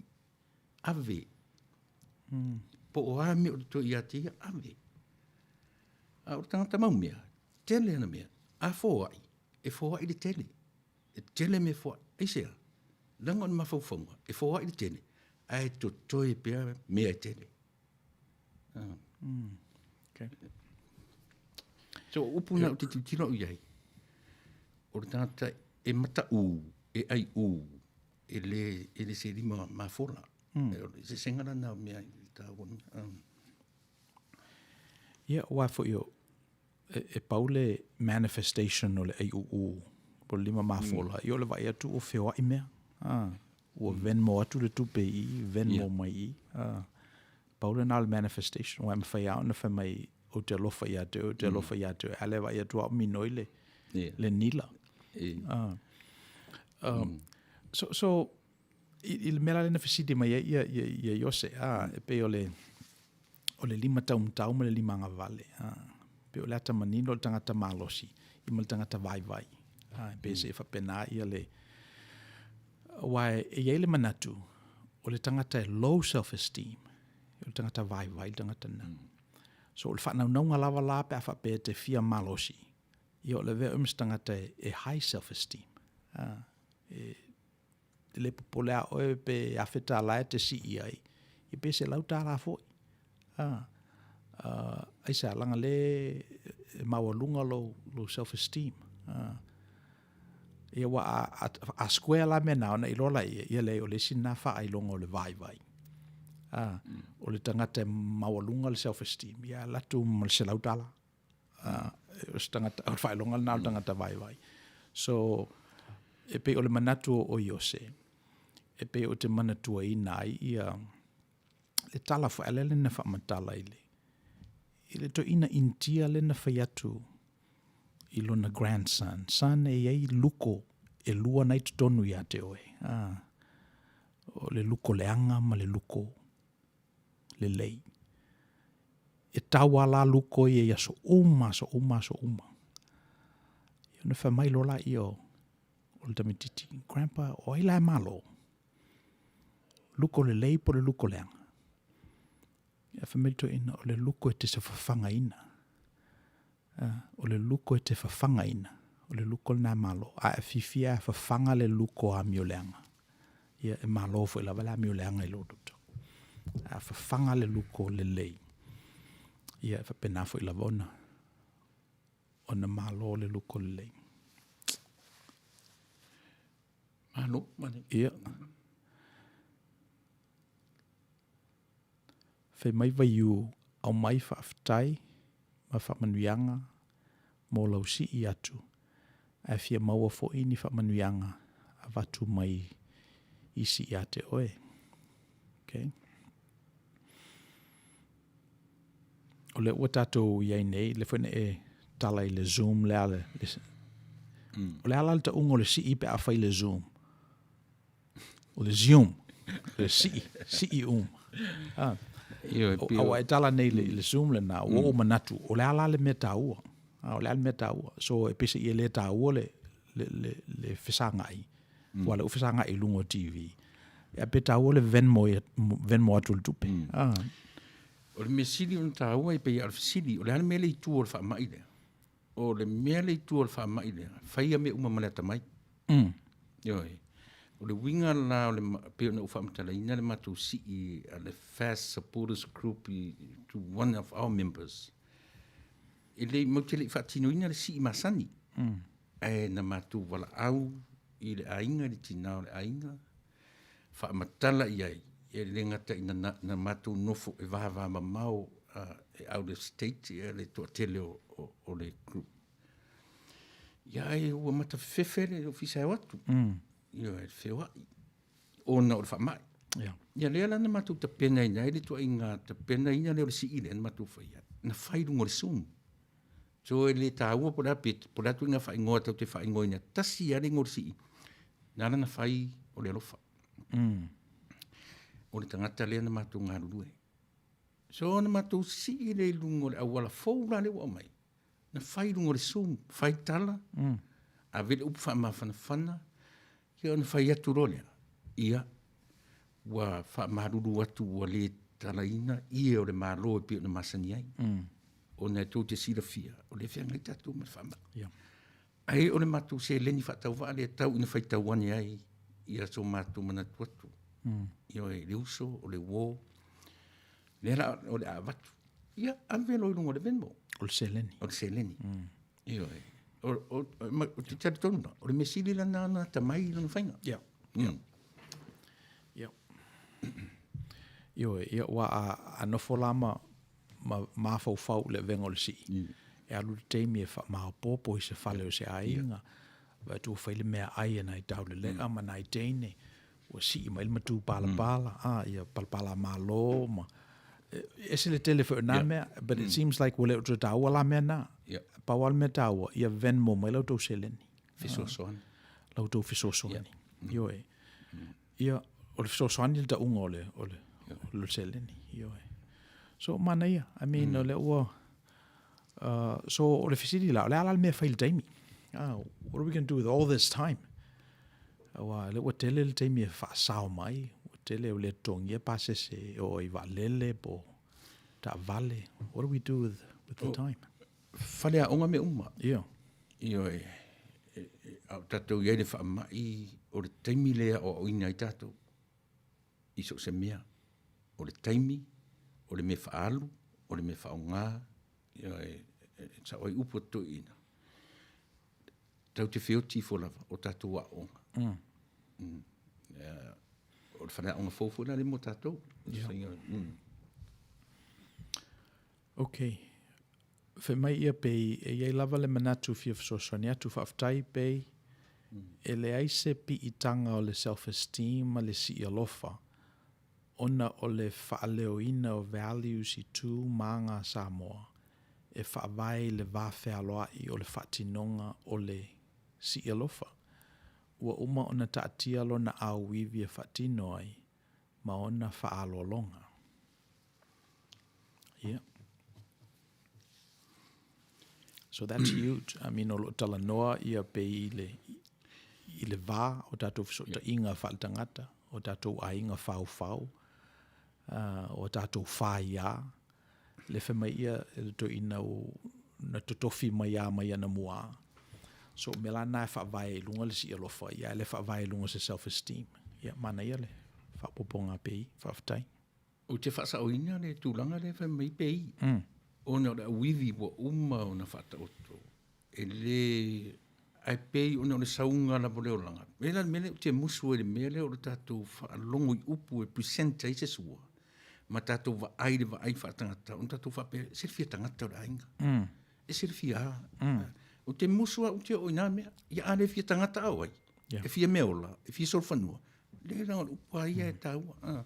O mela na o te fia le mele au mai e pei. E le feso o tai langa e tau te e chacha I tātou si I ainga. mena te le pitano I mele langa I falling me utatu loa le mafaufonga o tata high, ma tata low esteem, ia na giving. Ia, awa o le sila fesili ai le manatu pei, o le ala le awivi le uman whatatia. O le ale, what's the hierarchy? O e taulia, o e le taulia, o e fafo, o e ton. Pe o le sina fesili. Ia, o le hierarchy o le mea, o longa structuring, o le alofa. Nela ina tatu whatu, e tasi ana wala si tau te abe e tatu te alo lofa ua, o upu le tunu, tatu te au le tauola, tau te au fu whangota. E ile teimi o tatu, tau te o ai, I mea ia o ile ainga lea. A o mai funa tatu teimi. A mai nisi si I te le whapere si, tu o mea I tu. Ia na ngona I tino le, fia, whaola tautonga. Io, e pe o lau I te le awivi le ta o e pe o le hierarchy. Le whasolonga o matai, o tangata no foi po, o le au manga, io regardless of e pe o le whatamanu na utuanga I le mele ta o le lofa. Because o le lofa e pe se I o se vai. E tu I tutonu se pakete. A wha malo la le pakete le na, o le shape o le vai le na, is the shape of the structure. E pe o le mena le awivi la lea. So a whapea la e whapea ina le tino mai o le awivi. A whamaloa I lo le vai. Ia o le mena that's the shape that it takes. Pe uisi na tosi e fsosani. Na tato ta ua fo I Outou Manuia I masina o mawai. E pe o le mena wa le mela le o tupu mai nei. Wa mana o tangata wa leva o na tula fo ina e awivi te tele ia.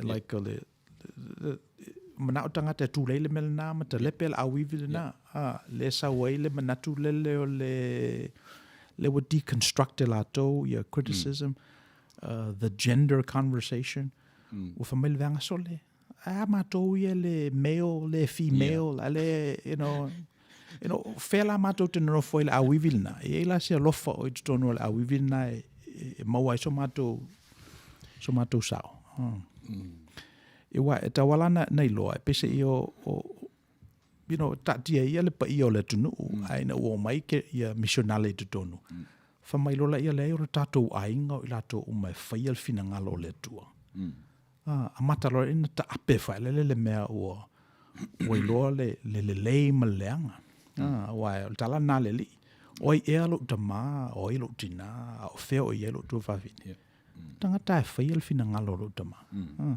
e se la te leo le tuile nai a inga fau re tatu tunu.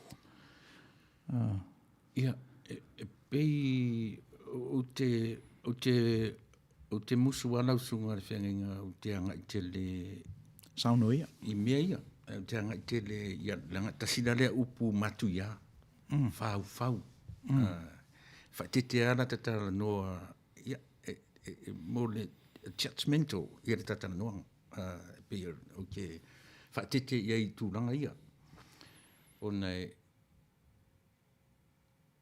tatu, o te whiwhia une mea tau te whaia mea umalawa, ma lea ta mai, wha lea tua e whai e tatu whai unga I me whai. Ni mea nia ua whaina se whina ngalo se si. Ia, au te tonua o le mea tā ua na mo ta whasoa ni ia whiawhi. Ina ia mana ia le mele na mai ni e pei tau ili o le whaavai o le awivi o o na whaataoto e o tātou tangata o tātou tangata fuila e tue tale pēr awivi lea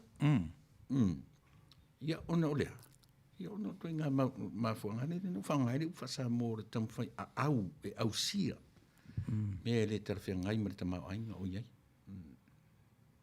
ia o mana tuaina ai le tala le li ina whaile I le sapati o le sapati na whai mo le tangata e le I whaile tangata mo le sapati so e manatu o le awivi na whai mo le tangata e le I whaile tangata mo awivi so e peona e sauno e mwhai ana sui mali e tangata I awivi Ia mai ia pe mena lea lai ona onga mta upune ona la wa mata na lata I tātou I tolo e whapena ai. Where tā ua fo I the judgmental. Yeah. God is a judge. Yeah. God is a judge. Whamaya upu I le whaalinga e. Le te tawana e whaleo ngolua. A ele maalili vevela. A le vevela maalili. A ua le whaleo ngolua. A ua te alu le tuloto na e fōmanatu lea. Wa e whapena. A te taulana te pena mua. E te pena mua I le whaavai. Tātou te whaiai ni whitwhitinga man suinga le lei. Ia. O le whai maile ia. Whiunga pei. O le awivi lea e pei o na whesiringia. O le format. Ewa po vaenga o le whaatinonga o le siirofa. E tutu sa I le tele po le laititi o mea e whaatino ai le siirofa. Okay. Yeah, le lau clarify le wivi na whapea o le scaffolding. But it's the format, it's the delivery, it's the it's a little bit more informative.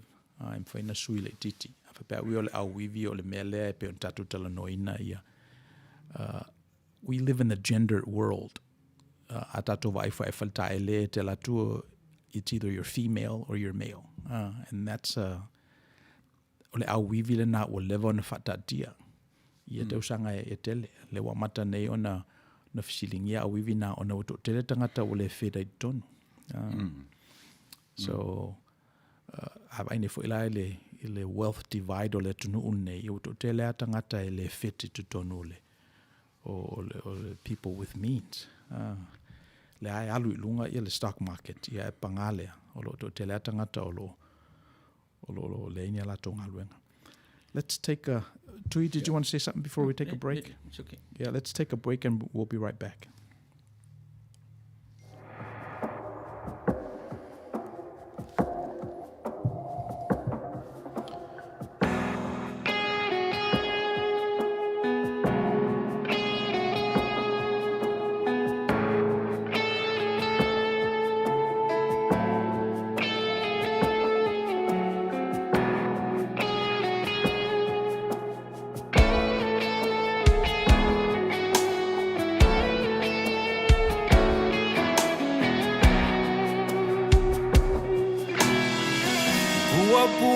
Tia leolana e mana o mio se fautuana o mo mali atu ne fianga se watu tu himala malama be ya ile inga pele malefa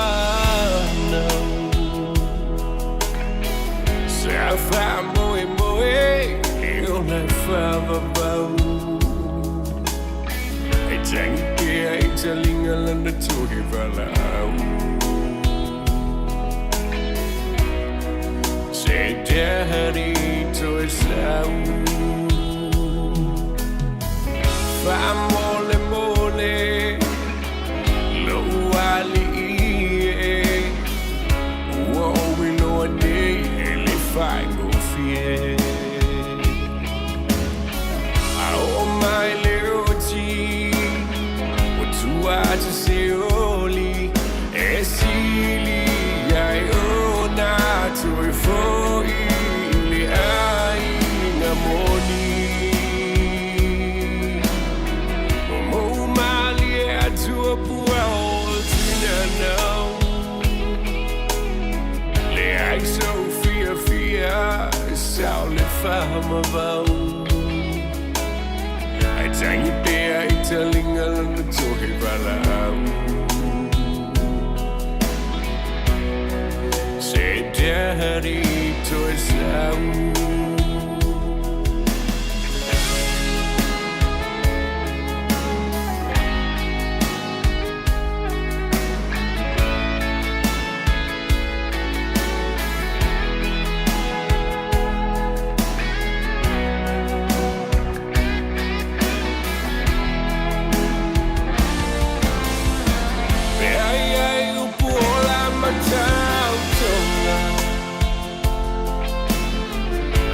mo le li yo maola Nende wo wa isolia ufula fulana I am we mama Yesu ele matai ole maina Otoy sinaba noa moita Fiaba aya mama masia na fanau Ele ola e fava vau Mole mole lo ali wo we lo ne el final fear oh my duty what you want to say early is silly I earn not to for in the early morning Malia to out now. I so fear is all if a tiny bear eating on the toilet. Say daddy to a sound. A tiny bear eating on the toilet. Daddy to a sound A tiny bear eating on a toilet Say daddy to a sound Mana yele o tatou fesili e peona tu ina mai ala atulei atula tatou folasanga molva yasol nei ia a ole I fai wina tatou prokalama. So o le vaiaso lal nei, e peina o ta alo I le manatu lea, o lo le lei me uma, that things are normal. E pe o le mena sa mafofau I le sa, you are who you're supposed to be. A matala ina ia le manatu. Ona e lola I o manatu nai tu o le manatu na. O le al manatu na.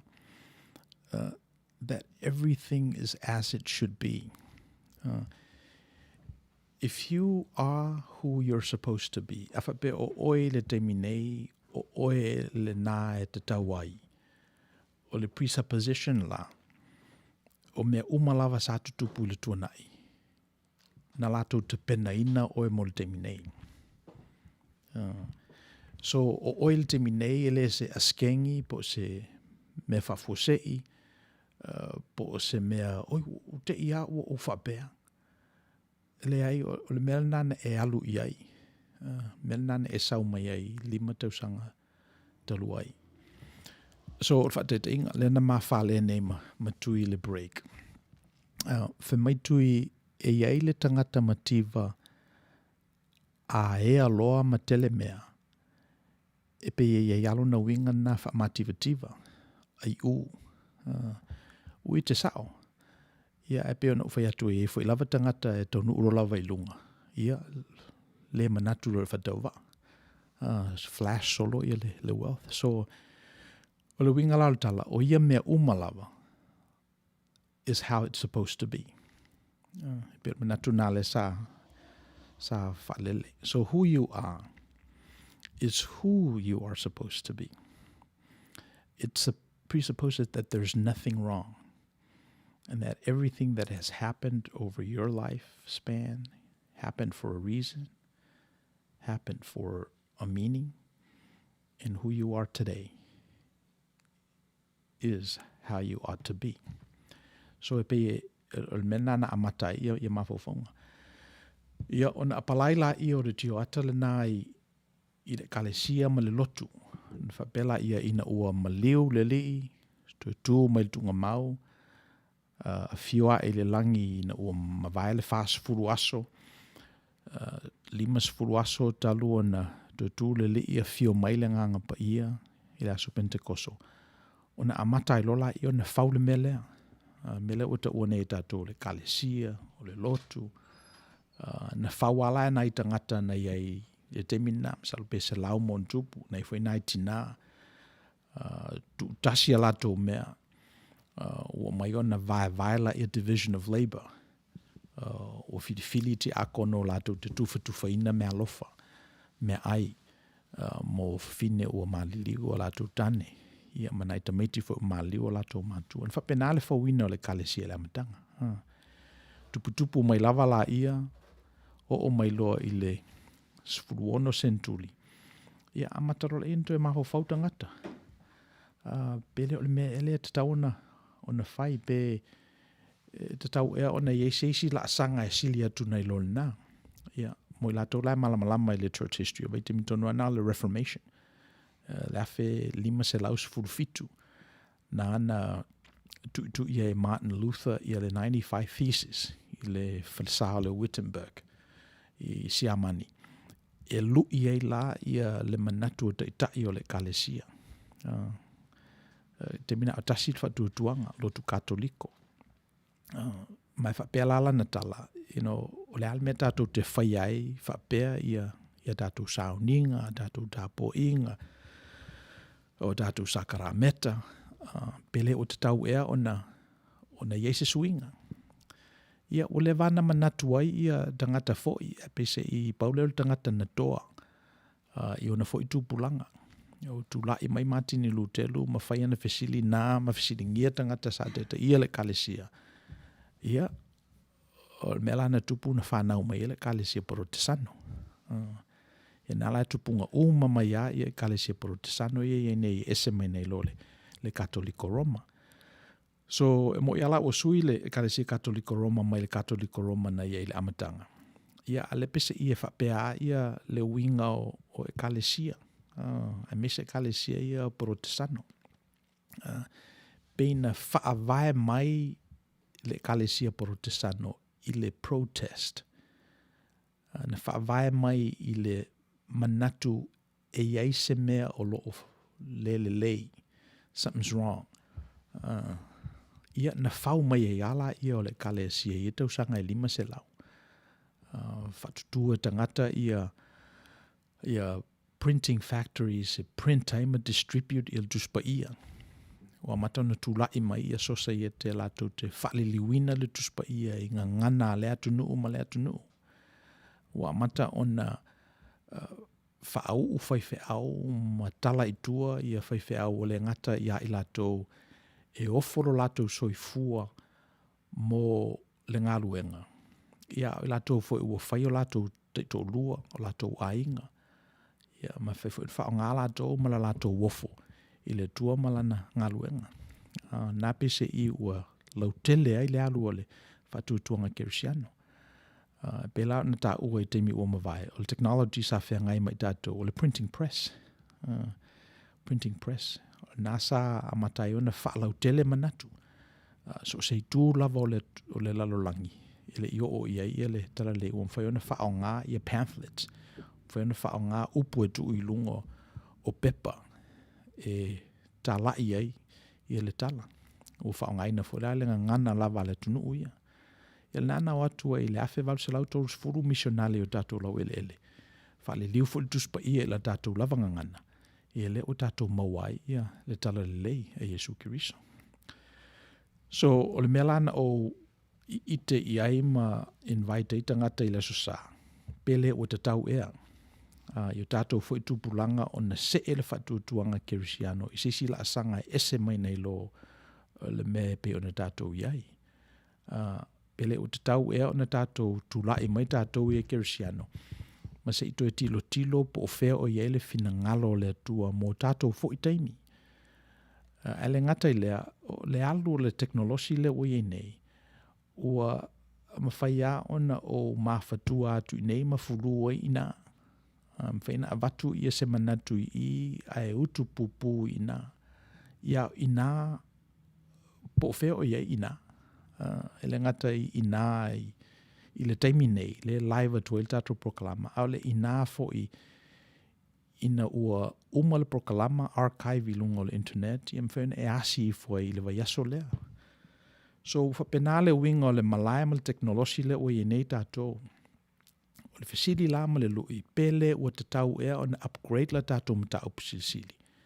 Pele ua tatau ea o na tato au maia nisi waina, nisi fangu pa ufou, e utu iai, well, let's say le waina tuai ua whafouina nei le li.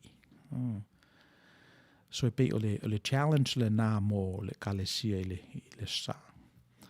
Ma e lo manatu o whapena fo i le challenge mo tato i le neiva yaso. So o le mela o tupu ina ua tulei le Reformation. Sa tanga tasi lava ma le movement na in the secular world called the Renaissance. Ina lena tutu mai e tangata e pe o Michelangelo, Donatello, yo maisi tangata mafau sayanisi na sa yei tua atu o le kalesia ma le li o le lotu. So na o tutu sa la mena o inana whana nau mai ei tō whamanino o lo whaavaina i le Western society. Me o le siala tō whamanino le na o le centrality o le individual, o le tāua o le tangata, o le tāua o nā i atatau. Ma o ai atatau ia, ele sei tia ni tu la fono pe whasasa ni malo, po ni ngangana, po ni atunu. A o ai atatau ia sau sao a mai le tua. Le nana whauai fo ia malo Amerika. Ina ua tuto tasi ia malo Amerika mai malo Peritania. Whaulawa i lunga o le tō whamanino le nei ma le manulauti le ana whanau mai le Reformation, ma le Renaissance. Le tāua o le individual. Le tāua o le tangata e tō tasi. Ia o lo sei o sapa ia fo ia le. Il tuspa ia. Whapea upu o l'apostolo Paulo. Whapea o na tātou pa u mai le tangata e tō tasi e ngō ia atamu. E whapena fo i o na tātou tutu mai le tangata e tō tasi e ngō ia Yesu, ala le whatutua. So inala a ewa aila ia tunu u temukalasi o lo o iei nei. E le tātou malo i nei Amerika. O le nā le whaavaya o lo o whaavaya ai.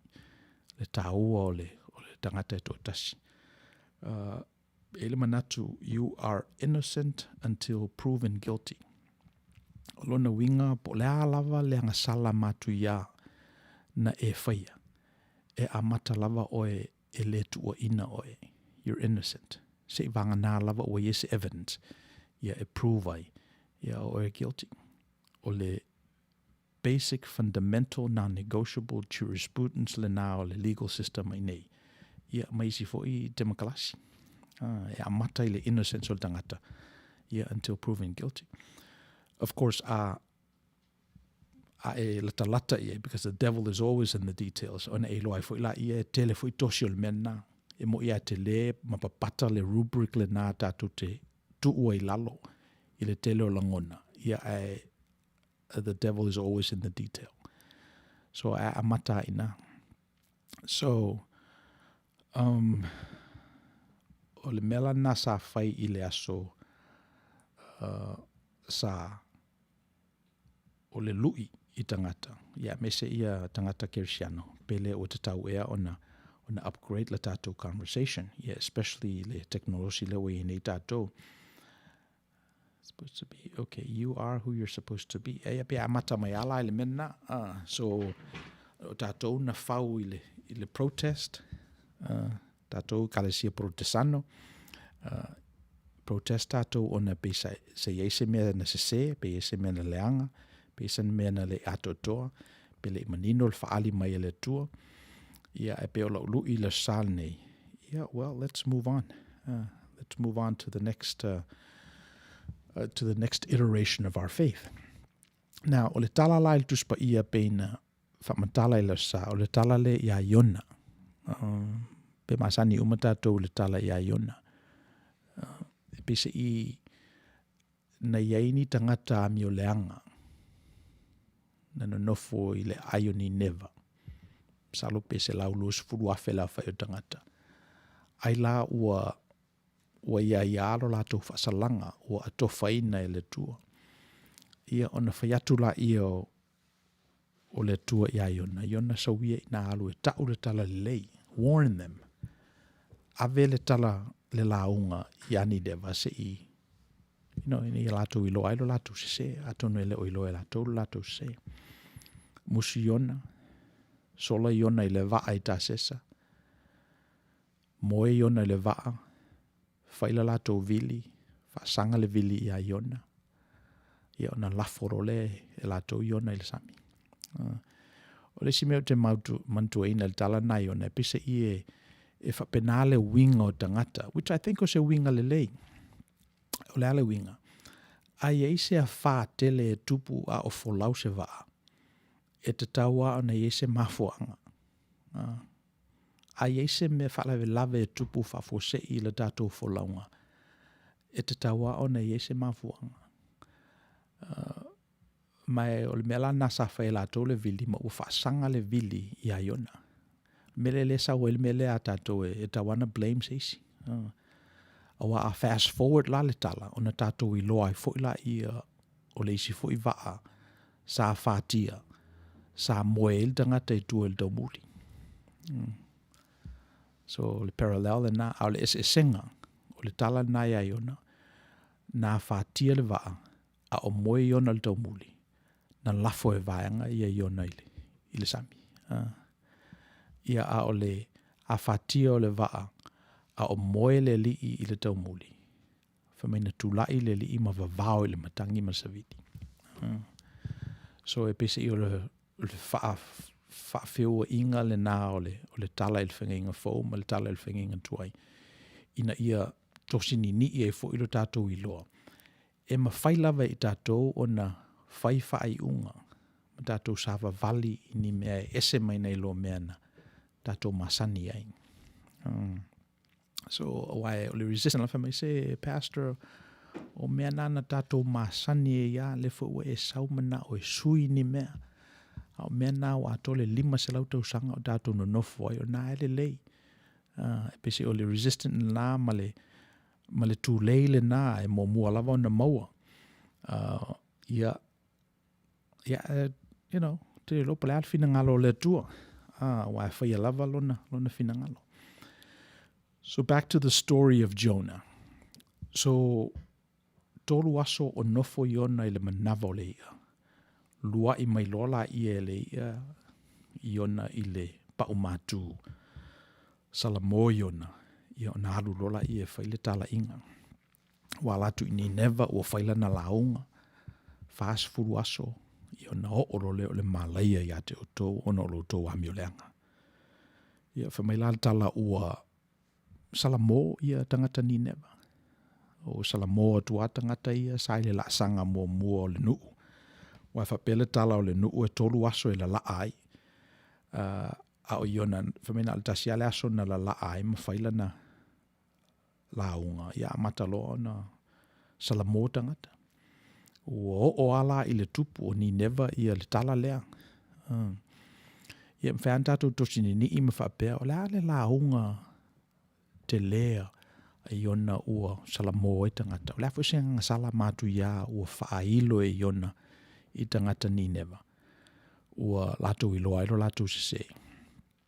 Ia e tofua tangata ma le tali. Sila fia fo ia e le tangata i lana mesa se na whai. Ape o le sia mea o pitu sili ona whainga tā. O le ma whai e le tangata ona loto mau lalo ma Salamo. Pe o me pitu sili na whainga tā.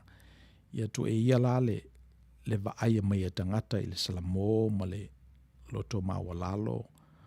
Ia le mea na e tutonu. Le mea mo ia na e tutonu. E mwhaia ona whaia o e tala moi ia ele o i e tutonu.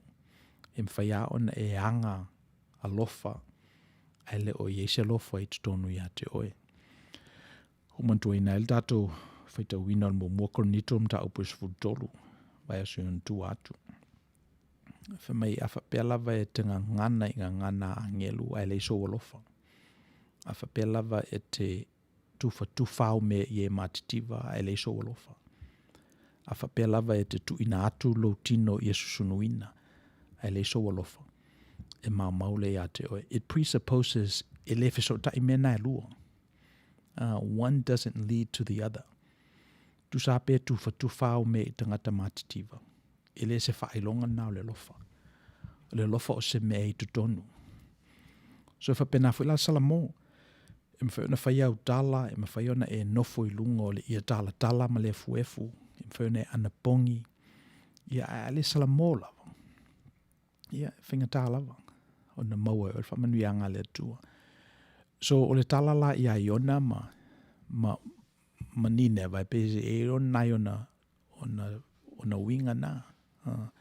I wa salamo nei la le nu ua taua i le tupu. Tau nu ua tuloa le launga i ona i le tupu, whamailo le tupu, ka fe so le li. Le ua vai atu le mala lea le a fea i tatou. Le ua vai atu le wha mai lea le a fea i tatou. O maia i nā tatou salamo. Tatou whaia mea ina ia whina ngalo ma li ai le atua.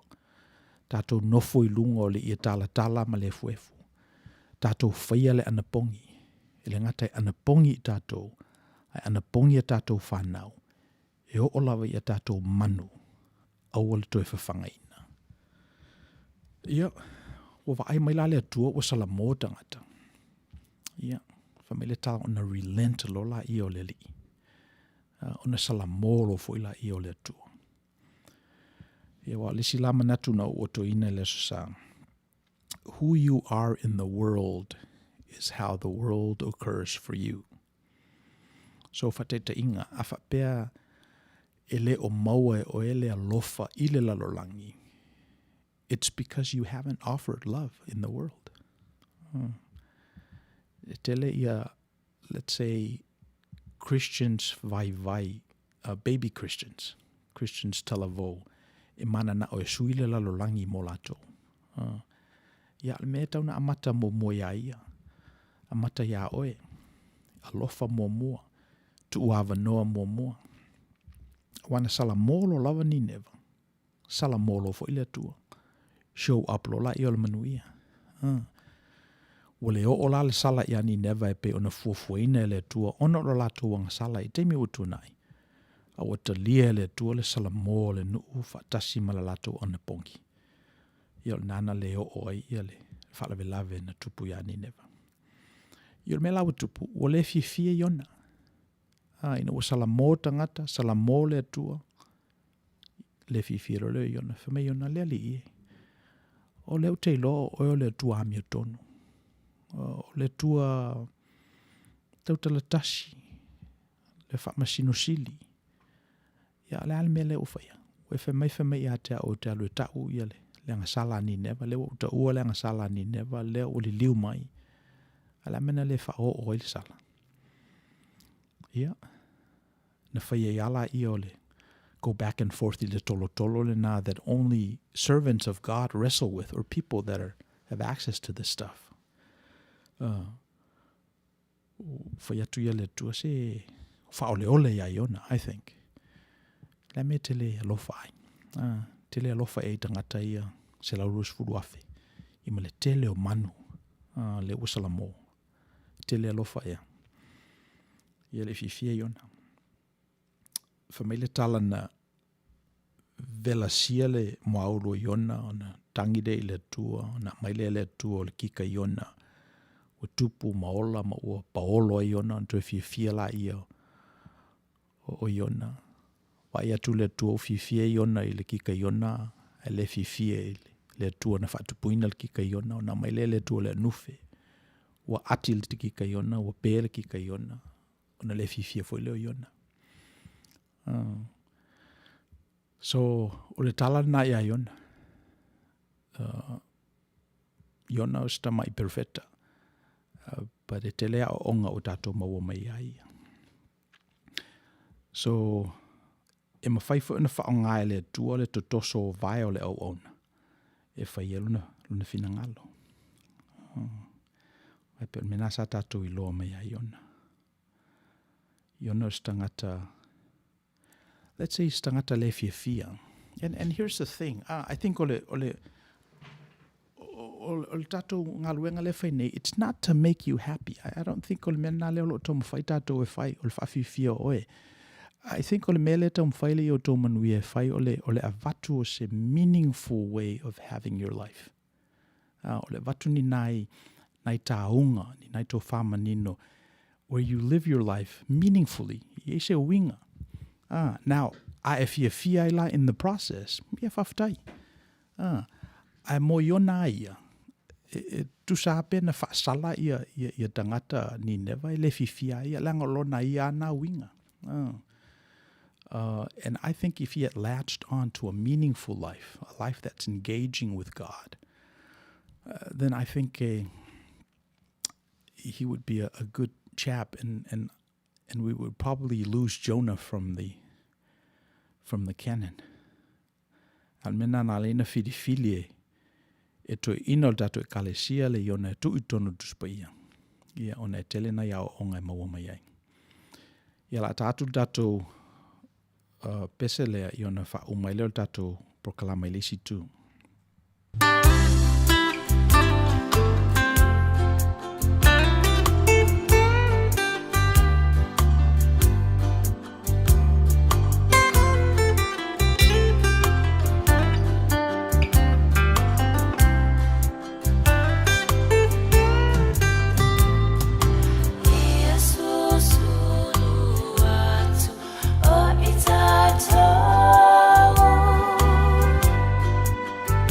Far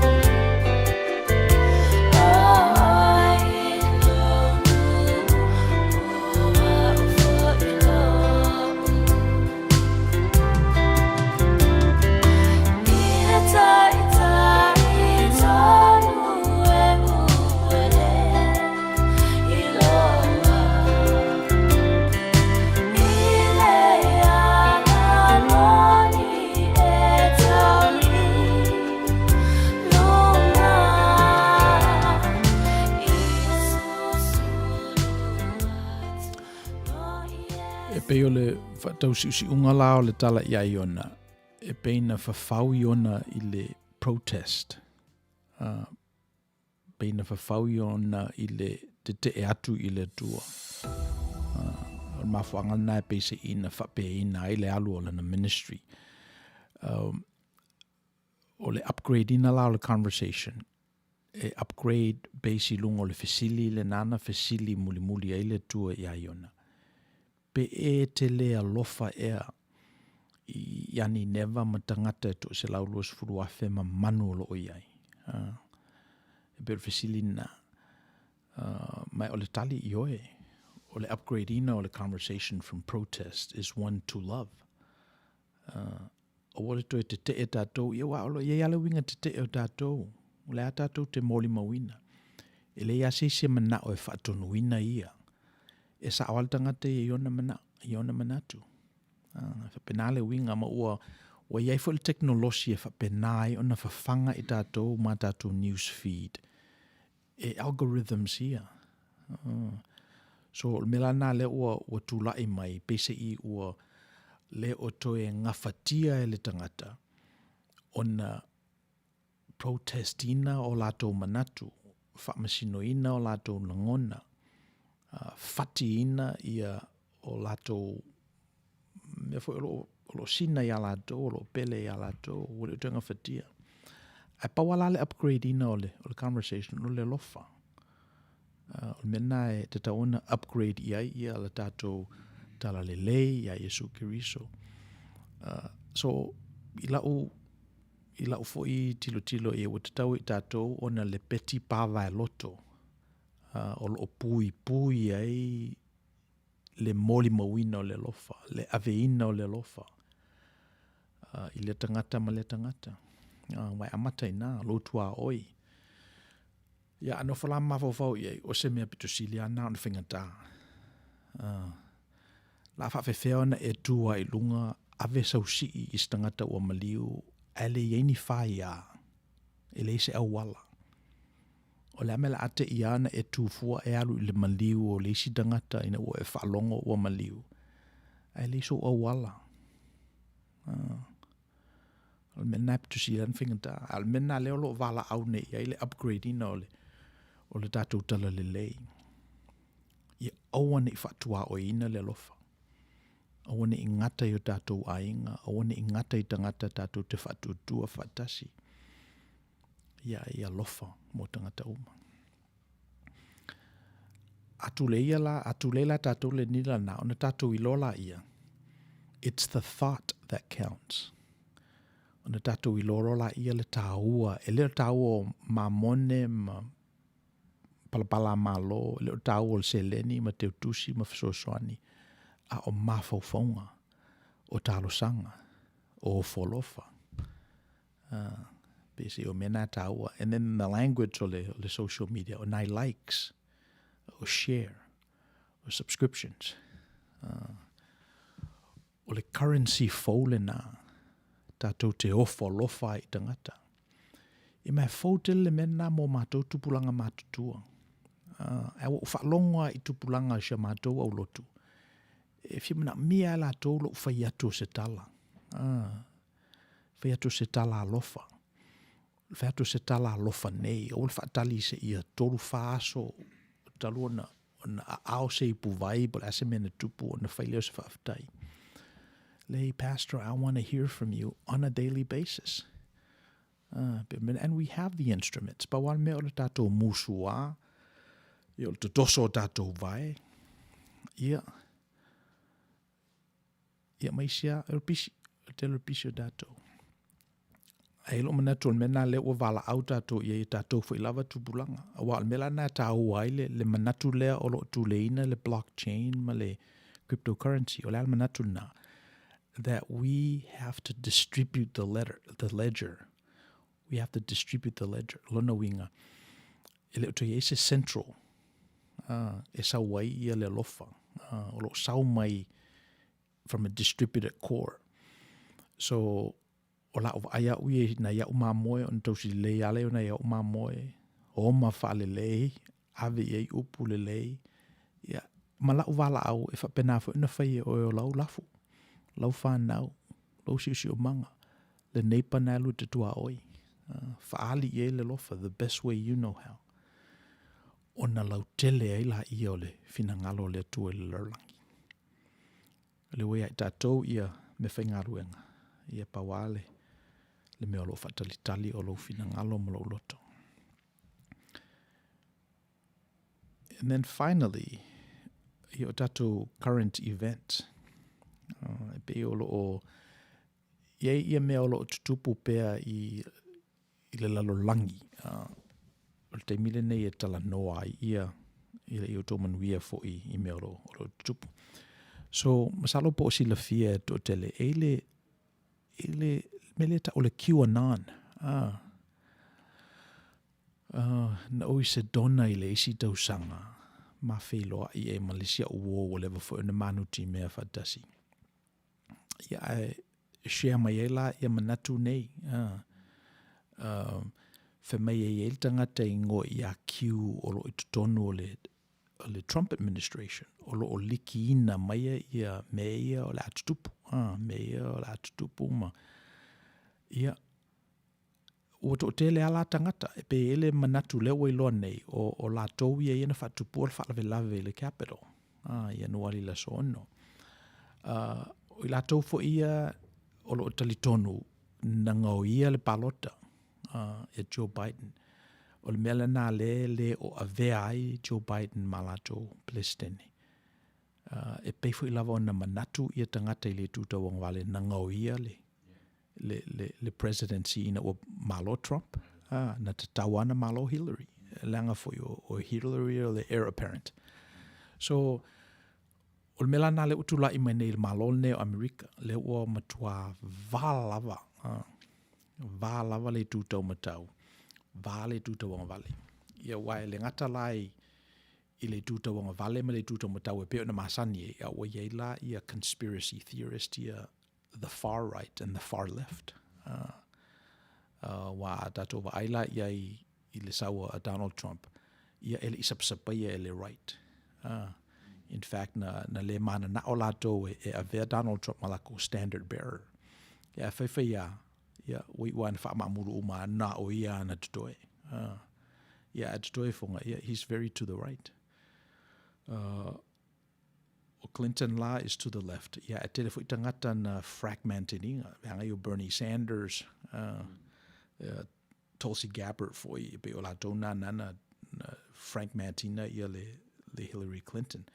Ia, mo o tu whaatasi rola le general election nana malo e Donald Trump whātau sanga te ruai.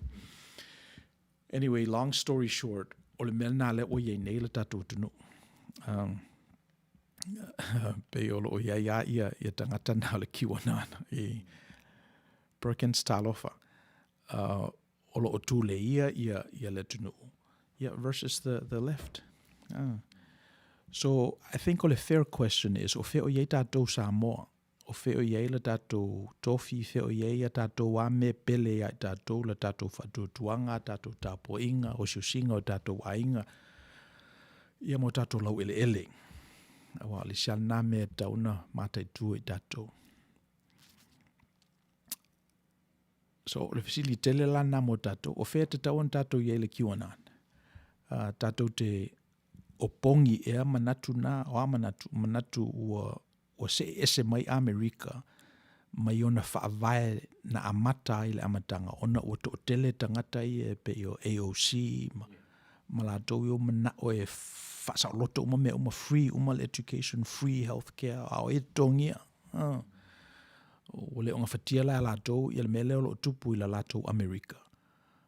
Le o pe o whaaleanga e tangata i.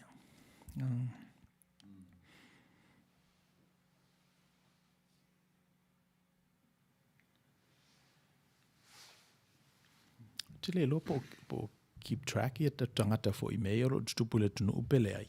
Wane te ua watu se fola sanga e pe le o iei umatato. Semi phone, yeah. Let's see, pela o telefoni. Yeah. Okay. Fe mai ia Perkins o o le awivi la ea whai mai ai pei e le o se format ai o le structure o le hierarchy. Ngā uku lea i le alofa whakirisiano.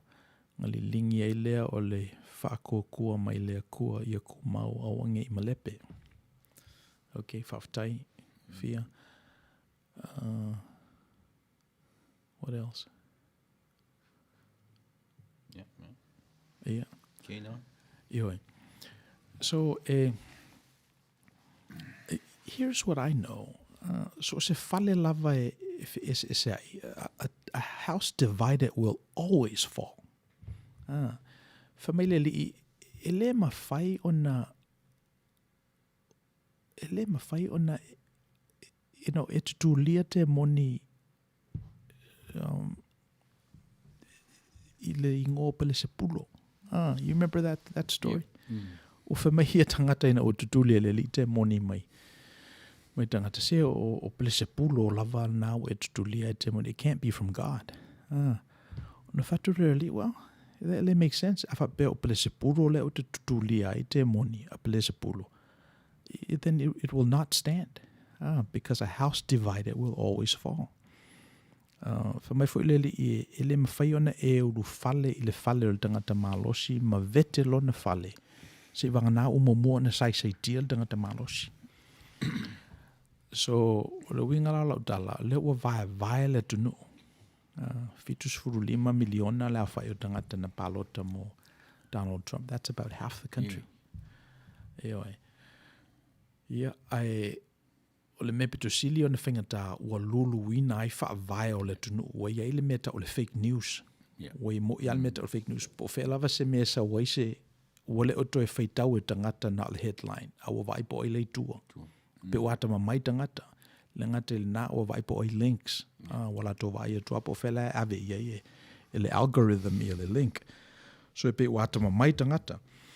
Aolo o iai pe lava ia nai tama, I think, nai tangata le io o iai ia le malama anga lea. Ia o loo wheloa ina. Wheloa ina e mea o lo tutupu. Awa, mantu ina laltala le li. A iai a seisi o tō e whaise me tausua iai se au pito i titi o usone. Nai tangata ia tama vale. E sili tangata na ona no noa se maole lo na ua whaangoto le sami. O le wingo le tala, e pe e le obligation na journalist mai tātou i e whaia tala. E taule upumoni i tangata. Awa a tau suwai e tangata i la tātou tala ma la tātou upu. E le moni. Ia, ona whamailole le li i e sidi pe a tātou o i le sami. Mana ia mta upu Rev. Yep. Ai e mana ia ele whaingo fia fo i ona taranoina. Pe a tatu taranoa i lea fianga. Ia, ta o iere nei atu nu tate no foi.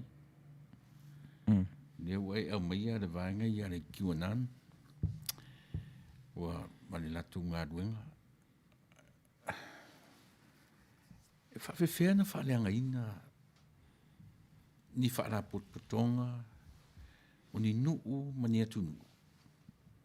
O le whasiri whenga tālia o whea sa wai whaara ngaina. E sau mai whafo o from within. Yeah. Pe o le whasiri nga te tiro iei. So e pe o le mena whenga tā ile i mta upu wai ma whena sau mai tutonu. Yes. E whena sau mai whafo. A mo tātou ai a kirisiano, e ana ia tātou, let's say, na ia tātou lenses. Yeah. E mawhai ia tātou ona tilo i mea ia. Wai, whamile whitalenga le li i lesi aso. Se o tō e vālea, e alu o tō teimi ma o tō tupe me leni me ai. E pe o le winga o le tala le li, e ia me tāua i le soifuanga o le tangata, e pe o le me tau mafa. A umila le tele o tātou teimi e alu isi me leni me e ola. Ia ono ta ole o tātou tangata vale, amatama vale. Yeah. So, i le tātou awa ai le tunu, ia, na wala tu fo e visit la uo le car dealership le lungo Long Beach Boulevard. Afa mai se pastor o mo la card o le PPP loan. Ya o ta fefe lava sole li e la sau fa mai sau le malo Department of Treasury. O ta fefe la e te o ai ta lafu ni mea ma fa tu well let's see.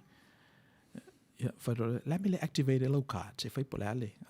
Ia tangola ia dial the 800 number, plug in the Social Security. Famairola your card is activated. Your balance is $600. Ono se lau tala. A le winga lau tala. E pese I well ono fatu le ya Sam. O le ala le mele we ne. Famai Sam swinga fa bea wisi se furu afe, pese luas furu afe. E pese ele expectation o le tangata fai pisinisi Amerika. E te tauna soani mai le malo I te temil nei. Ia alesa ona le ono se lau tala o le fifia. A le ono se lau tala lea. Ia o le afe lu se lau I Samoa. O se tupe tele. A va ai lape a mau e masina uma. Ia ona a mata lola ia ona it makes a difference. It makes a huge difference. So e pese I o le mena leo o li lifa I le Democrat. Ma popo I le Republicans. O ai la atotongi tupe ia.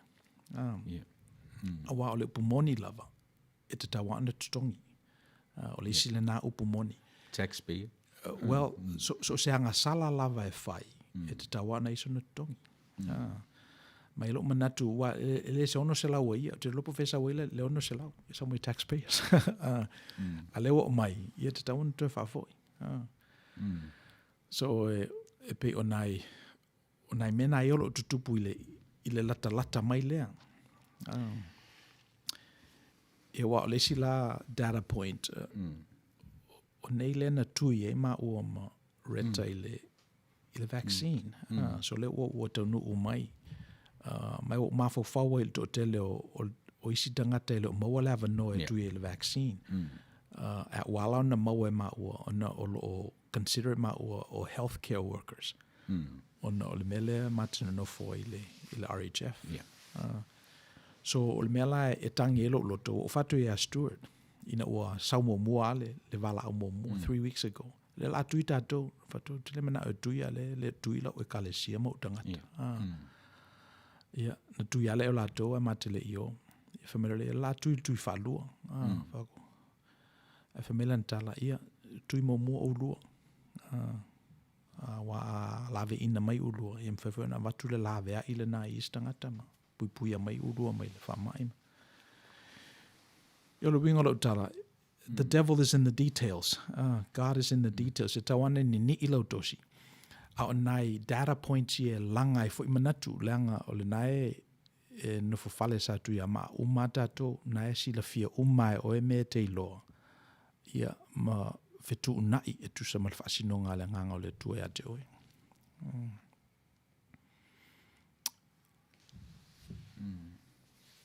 Yeah, te le issue. Maybe it's too broad.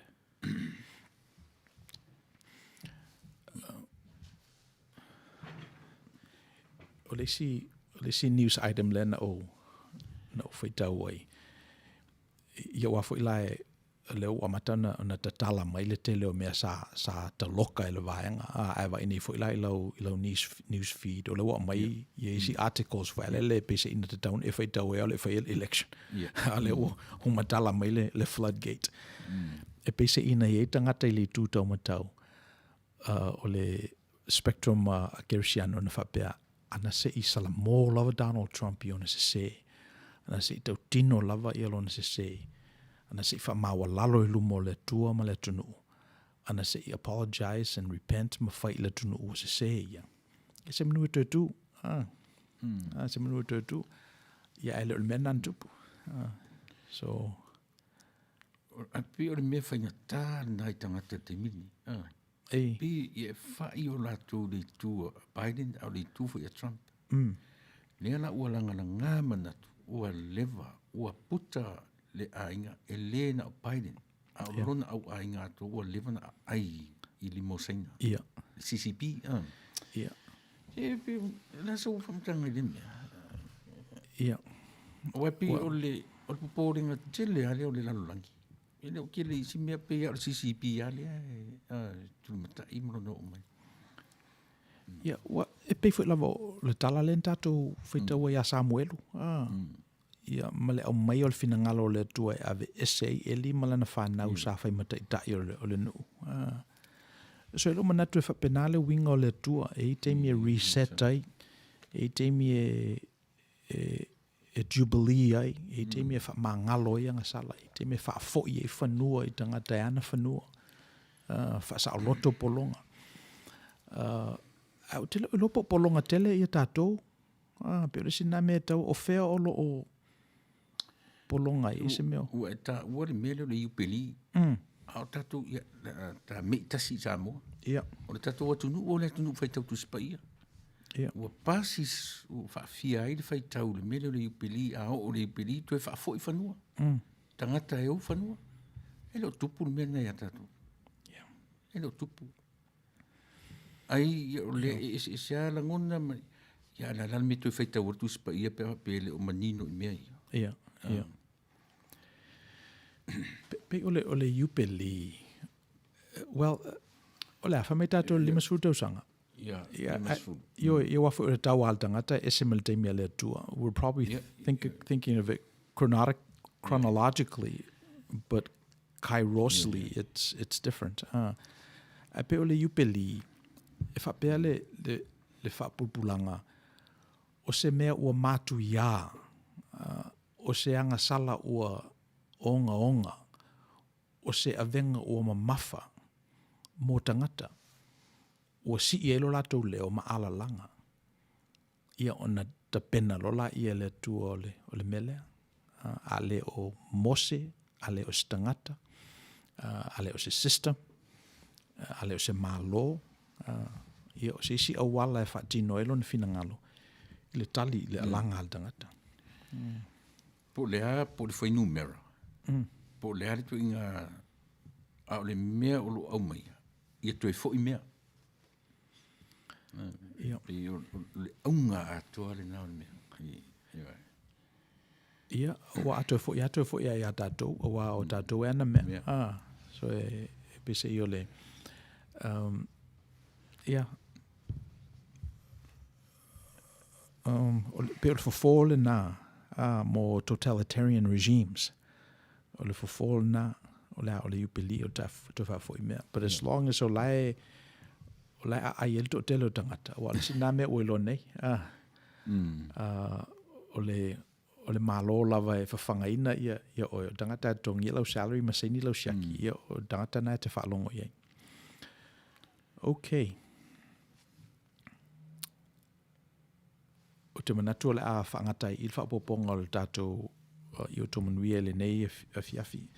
E vene awa noe mo le te la tuaila o whaaftai i le tātou au whaalongolongo.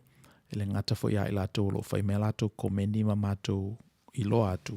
Ia whape fo i le lau te lenga o le tātou tunu o lo ngā o siusia pēr i le tātou malai nei.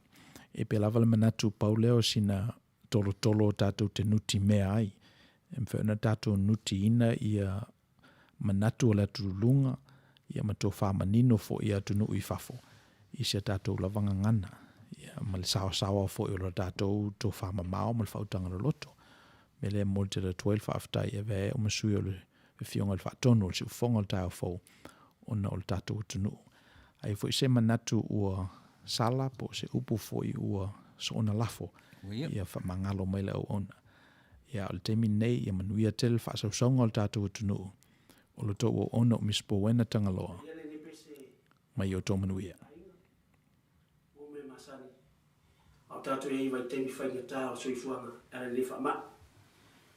Pese nei au lofa tuai mo Outou.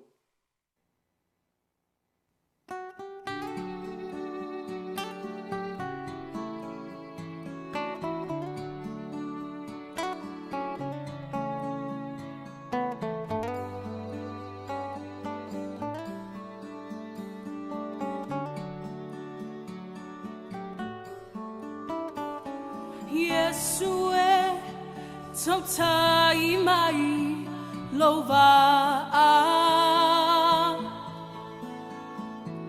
I